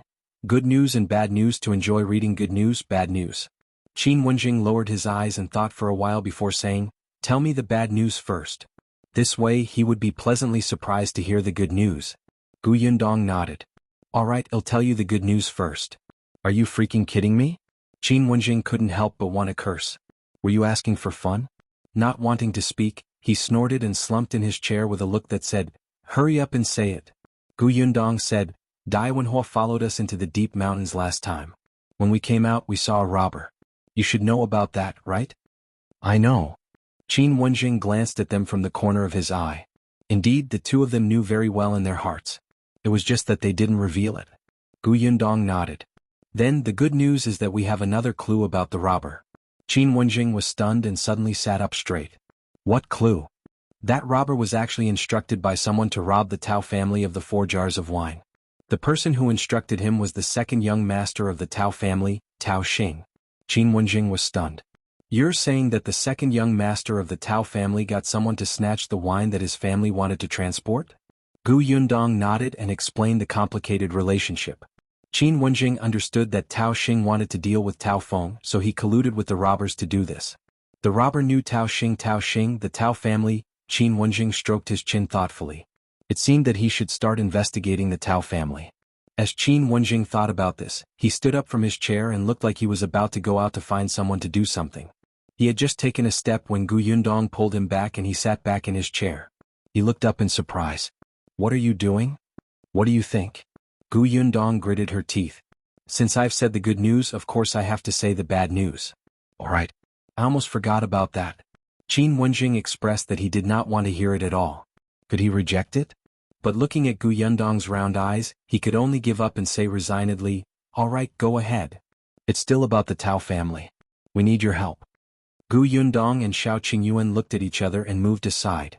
This was Shao Qingyuan's background. It was better for him to say it himself. Meeting Qin Wenzheng's suspicious gaze, Shao Qingyuan told him how he had been adopted by old Master Li and how he had learned the truth. Then he told him the results of his own investigation. Qin Wenjing was dumbfounded. He was considered a knowledgeable person. He had never heard of one's biological father and grandmother degrading one like this.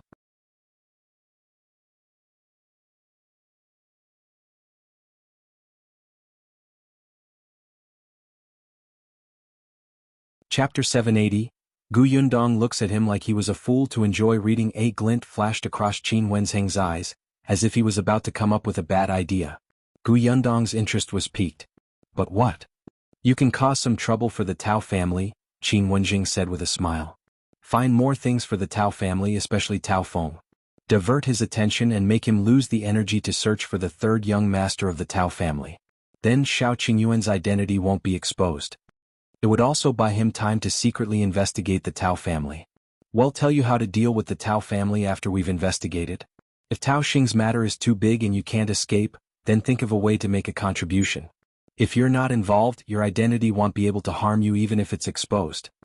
However, according to Qin Wenzheng's thoughts, Shao Qingyuan had provided clues time and time again and he had already included him in the credit book. It did not matter much. Shao Qingyuan knew what was going on. What trouble are you referring to? Haha. Qin Wenjing laughed. That's your problem. In any case, both of you are quite smart. I believe it won't be difficult for you to come up with an idea to trip the Tao family up. He looked like he was just going to provide an idea and leave the rest to them. Gu Yundong snorted and looked at him as if she was looking at a fool. Don't think that she couldn't tell what Qin Wenjing was up to. He was thinking that when they helped him, they would also help him divert their attention so that it would be easier for him to investigate, right? She couldn't bear to see him so smug. Gu Yundong raised her eyebrows and said, "Isn't it just to make Tao Feng unable to investigate the whereabouts of the third young master of the Tao family? It's not difficult." "Oh, you already have an idea?" Qin Wenjing immediately looked at her with sparkling eyes. Gu Yundong was indeed Gu Yundong. She was quick-witted. "It's simple. We can just let Tao Feng know that Tao Xing has his eyes on him. No matter what Tao Feng's motive is, he definitely doesn't want others to know that he's keeping such a low profile, especially Tao Xing." Qin Wenjing was speechless. In that case it made sense. He was still struggling. "Then how do you plan to let Tao Feng know? You can't run to him personally and tell him that your secret has been exposed, right?" Gu Yundong shook her head. "I'll hire someone to follow Tao Feng for a couple of days and let him know that he's being followed. Tao Feng must be pondering who's following him. The first suspect will be Tao Xing, and Tao Xing is very confident of finding out Tao Feng's mistakes, so he's definitely not hasty. It's very abnormal that a person who's deprived of his power and who hates Tao Feng's guts should be so casual without setting up a trap for him. Yes, Tao Feng would suspect that Tao Xing knew something and followed him. As a result, Tao Feng didn't dare to do anything, especially looking for the third young master of the Tao family. To him, this was disobeying his father and grandmother. He would stop for a while and wait for Tao Xing to stop keeping an eye on him. This period of time was enough for Qin Wenjing to investigate the Tao family and find out the results. Damn it, Gu Yundong was a devil. Qin Wenjing glared at her angrily. He suddenly swung his hand and left. Up to you. Gu Yundong and Shao Qingyuan looked at each other and shrugged slightly. Why are you throwing a tantrum all of a sudden? Didn't I come up with a good idea? If you find any errors, ads pop up, ads redirect, broken links, non-standard content, etc. Please let us know reports so we can fix it as soon as possible.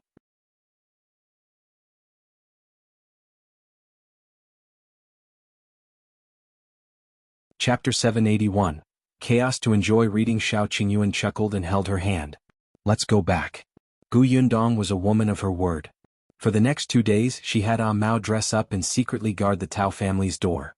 When Ah Mao saw Tao Feng come out, he would quickly follow him.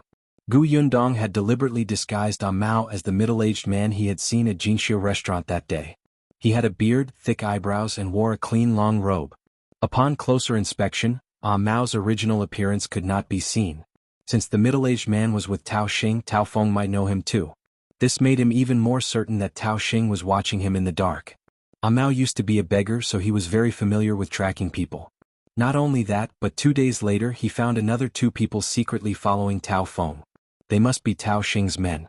However, the whereabouts of these 2 people were very secretive. If Mao didn't have a good memory and saw them 3 times in 2 days, he probably wouldn't have discovered them. Mao's whereabouts were exposed very quickly. When Tao Feng discovered him, he wanted to catch him. Unfortunately, Mao was agile and crawled around in the alley. Not long after, he entered the backyard of a restaurant and came out after changing his clothes. Tao Feng's servant returned empty-handed, but he described his appearance to Tao Feng. Tao Feng had indeed seen that middle-aged man before. He was angry, but he became much more cautious after that. Then Yundong asked Mao to leave. She couldn't possibly go too far. A few days later, they heard that the Tao family's eldest young master and second young master suddenly fought one day and smashed more than 10 jars of wine that the Tao family had stored in the warehouse. Old Lady Tao was so angry that she fainted. She scolded the 2 of them and lay on the bed, unable to get up. Master Tao was so angry that he beat up his 2 sons. Mrs. Tao looked at Tao Xing's bruised face and begged for mercy in front of Master Tao. At night she kept whispering to him.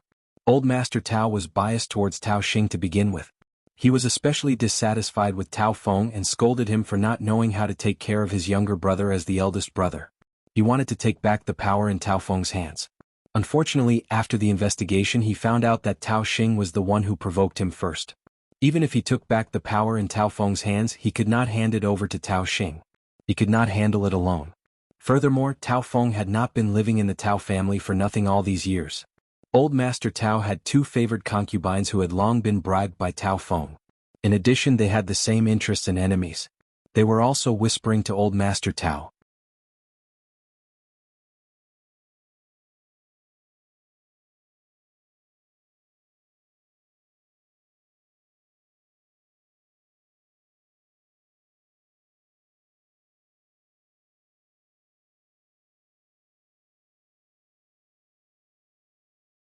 Chapter 783, All to the Prefectural City, didn't I tell you last time? Mao said, our young master found a doctor and plans to open the shop in the prefecture capital. Yundong suddenly remembered. When she heard the news about the Tao family, she couldn't wait to discuss it with Shao Qingyuan. However, he was not around at that time. He had gone to find a doctor with good medical skills and morals. That doctor was originally a doctor in a medical center in the county. However, he was very stubborn and did not know how to put in a good word. He did not know how to be flexible and did not have a good relationship with the shopkeeper or the medicine boy in the medical center. If not for his brilliant medical skills, the shopkeeper would have chased him out long ago. In the end, not long ago, another doctor with equally brilliant medical skills suddenly came to the medical center. The shopkeeper did not hesitate to kick this stubborn old doctor away. When Shao Qingyuan went to the doctor, he was unwilling to follow him to the prefectural city to see the medicine shop. It was Shao Qingyuan who said that there were more doctors in the prefectural city and they could discuss and learn medicine from each other. In addition, Shao Qingyuan had the talent to learn medicine. This was the main reason why the doctor agreed in the end. In that case, Shao Qingyuan was going to the prefecture capital at that time? She slapped her forehead. Why didn't you guys warn me? Mao said aggrievedly, it's because you're busy and you're troubled by young master's matters. How can we disturb you again? Yundong was speechless. So although Yun Shu and the others all wanted to go to the prefectural city, they did not mention it because she was troubled? Actually, even if she was paying attention to the Tao residence and didn't leave Yongfu village, others could still go to the prefectural city. However, after thinking about it, it was impossible. All of them saw that she was troubled all day and could not leave in peace. Yundong's heart ached and swelled. It was a little bitter and warm. Qin Wenjing was investigating the Tao family now, so Tao Feng and Tao Xing did not have the energy to look for Shao Qingyuan. Then she would go to the prefectural city to take a look.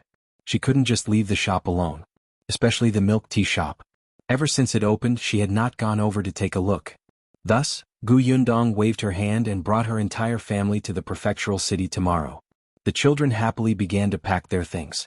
The next morning they set off in a mighty manner. Looking at the excited Gu Yunshu and Bian Yuanji, Yundong also relaxed. Forget it, let's put the matter of the Tao family aside first.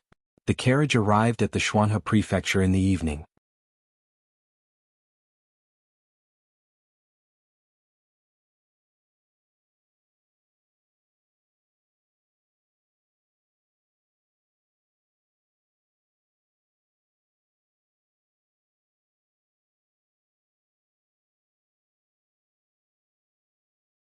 Chapter 785, A Peaceful Life for a Good Person.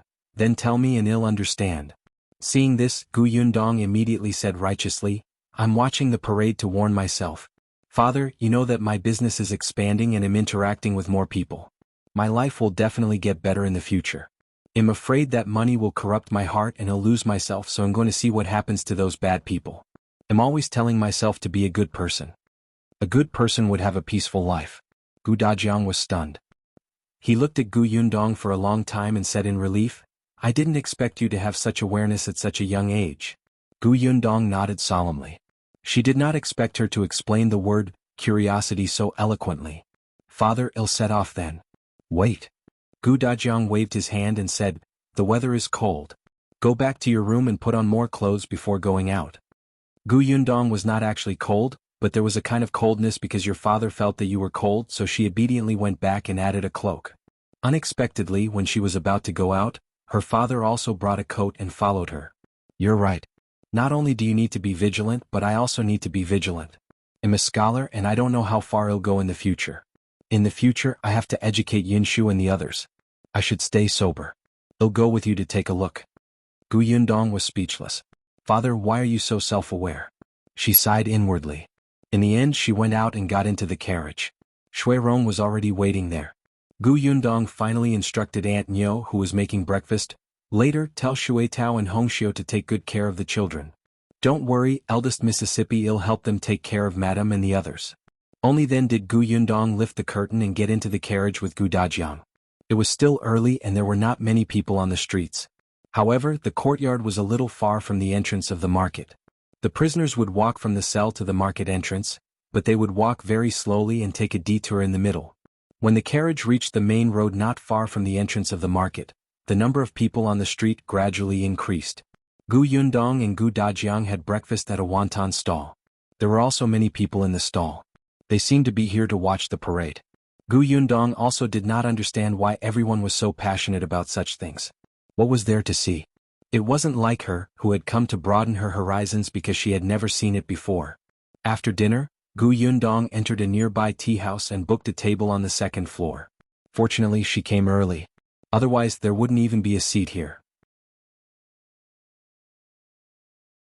It was said that someone had come to reserve a seat a few days ago. Yundong was speechless. It was not the parade of a top scholar. Why so many people? She shook her head and drank her tea while waiting. She also took a look at the scenery downstairs. She had never been to this area before. In her memory, she seemed to have passed by it once. Looking out from the second floor, she actually saw a slightly familiar figure coming out of a mansion. Steward Zhou? Could it be that the mansion was, coincidentally, a waiter from the tea house brought over a plate of peanuts? Yundong pointed in that direction. Buddy, which family is that? Following her finger, the shop assistant smiled. That's the Zhou mansion. Zhou mansion. Sure enough, it was Zhou Dafa's house. It turned out that his residence was in this area. Speaking of which, Steward Zhou had messed up such a big matter last time, but he had not been chased away by Zhou Dafu.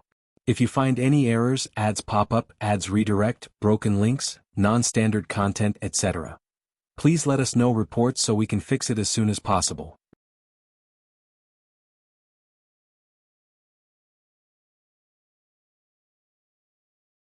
Chapter 786. She's not a devil. Yundong watched as Steward Zhou walked over. Not long after, he walked into the tea house and hurriedly went upstairs. He seemed to be here to reserve a seat, but just as he was about to speak to the waiter, he saw Yundong, who was sitting on the second floor and looking at him with a faint smile. Steward Zhou's expression changed drastically. He turned around and left. Yundong was instantly amused. She was not a devil and this was not his territory or his tea house. Would she not be allowed to sit here? Steward Zhou left the tea house and looked up. Unexpectedly, his eyes met Yundong's. His face turned pale and he hurriedly ran back to the Zhou residence. Yundong was speechless. Ever since Steward Zhou entered the residence, no one had come out from that door. Of course, she couldn't see the back door of the Zhou mansion and she didn't know if they would use the back door. Yundong could not help but rub her nose. It seemed that he was so scared that he did not even dare to leave the house. It was simply a sin. As she was thinking, she suddenly heard exclamations. Coming. Dajiang also said, the prison vans are here. Yundong no longer paid attention to the Zhou mansion. She looked at the 3 prison vans passing by the street downstairs. There was only 1 person in the first 2 prison carts, but there were 3 people squatting in the last one. This time these 5 people were the ones who were to be executed. The prison carts were extremely slow, so it did not stop the onlookers by the roadside from throwing mud and rotten leaves at them. The people at the table next to Yundong were chatting. They were talking about the death row prisoners in the prison cart. Serves them right. This kind of evil bandit should have been executed long ago. Someone seemed to not know the identities of the prisoners and asked, "Are these bandits?" "What else?" Those who knew looked indignant. "You haven't forgotten what happened in Qingyuan Prefecture last year, right? Back then, the bandit leader barged into the government office and even dared to kill the officials. They also robbed all the rich families in the city. What's even more abominable is that they didn't let go of those innocent citizens.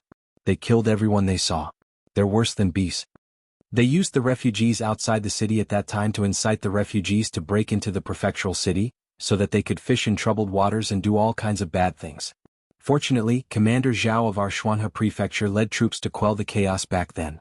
They killed and captured a lot of criminals, but that bandit leader still escaped. It was not easy for him to run to our Shuanhe prefecture until he was captured. The 5 people who were executed today were the remnants of that group of bandits.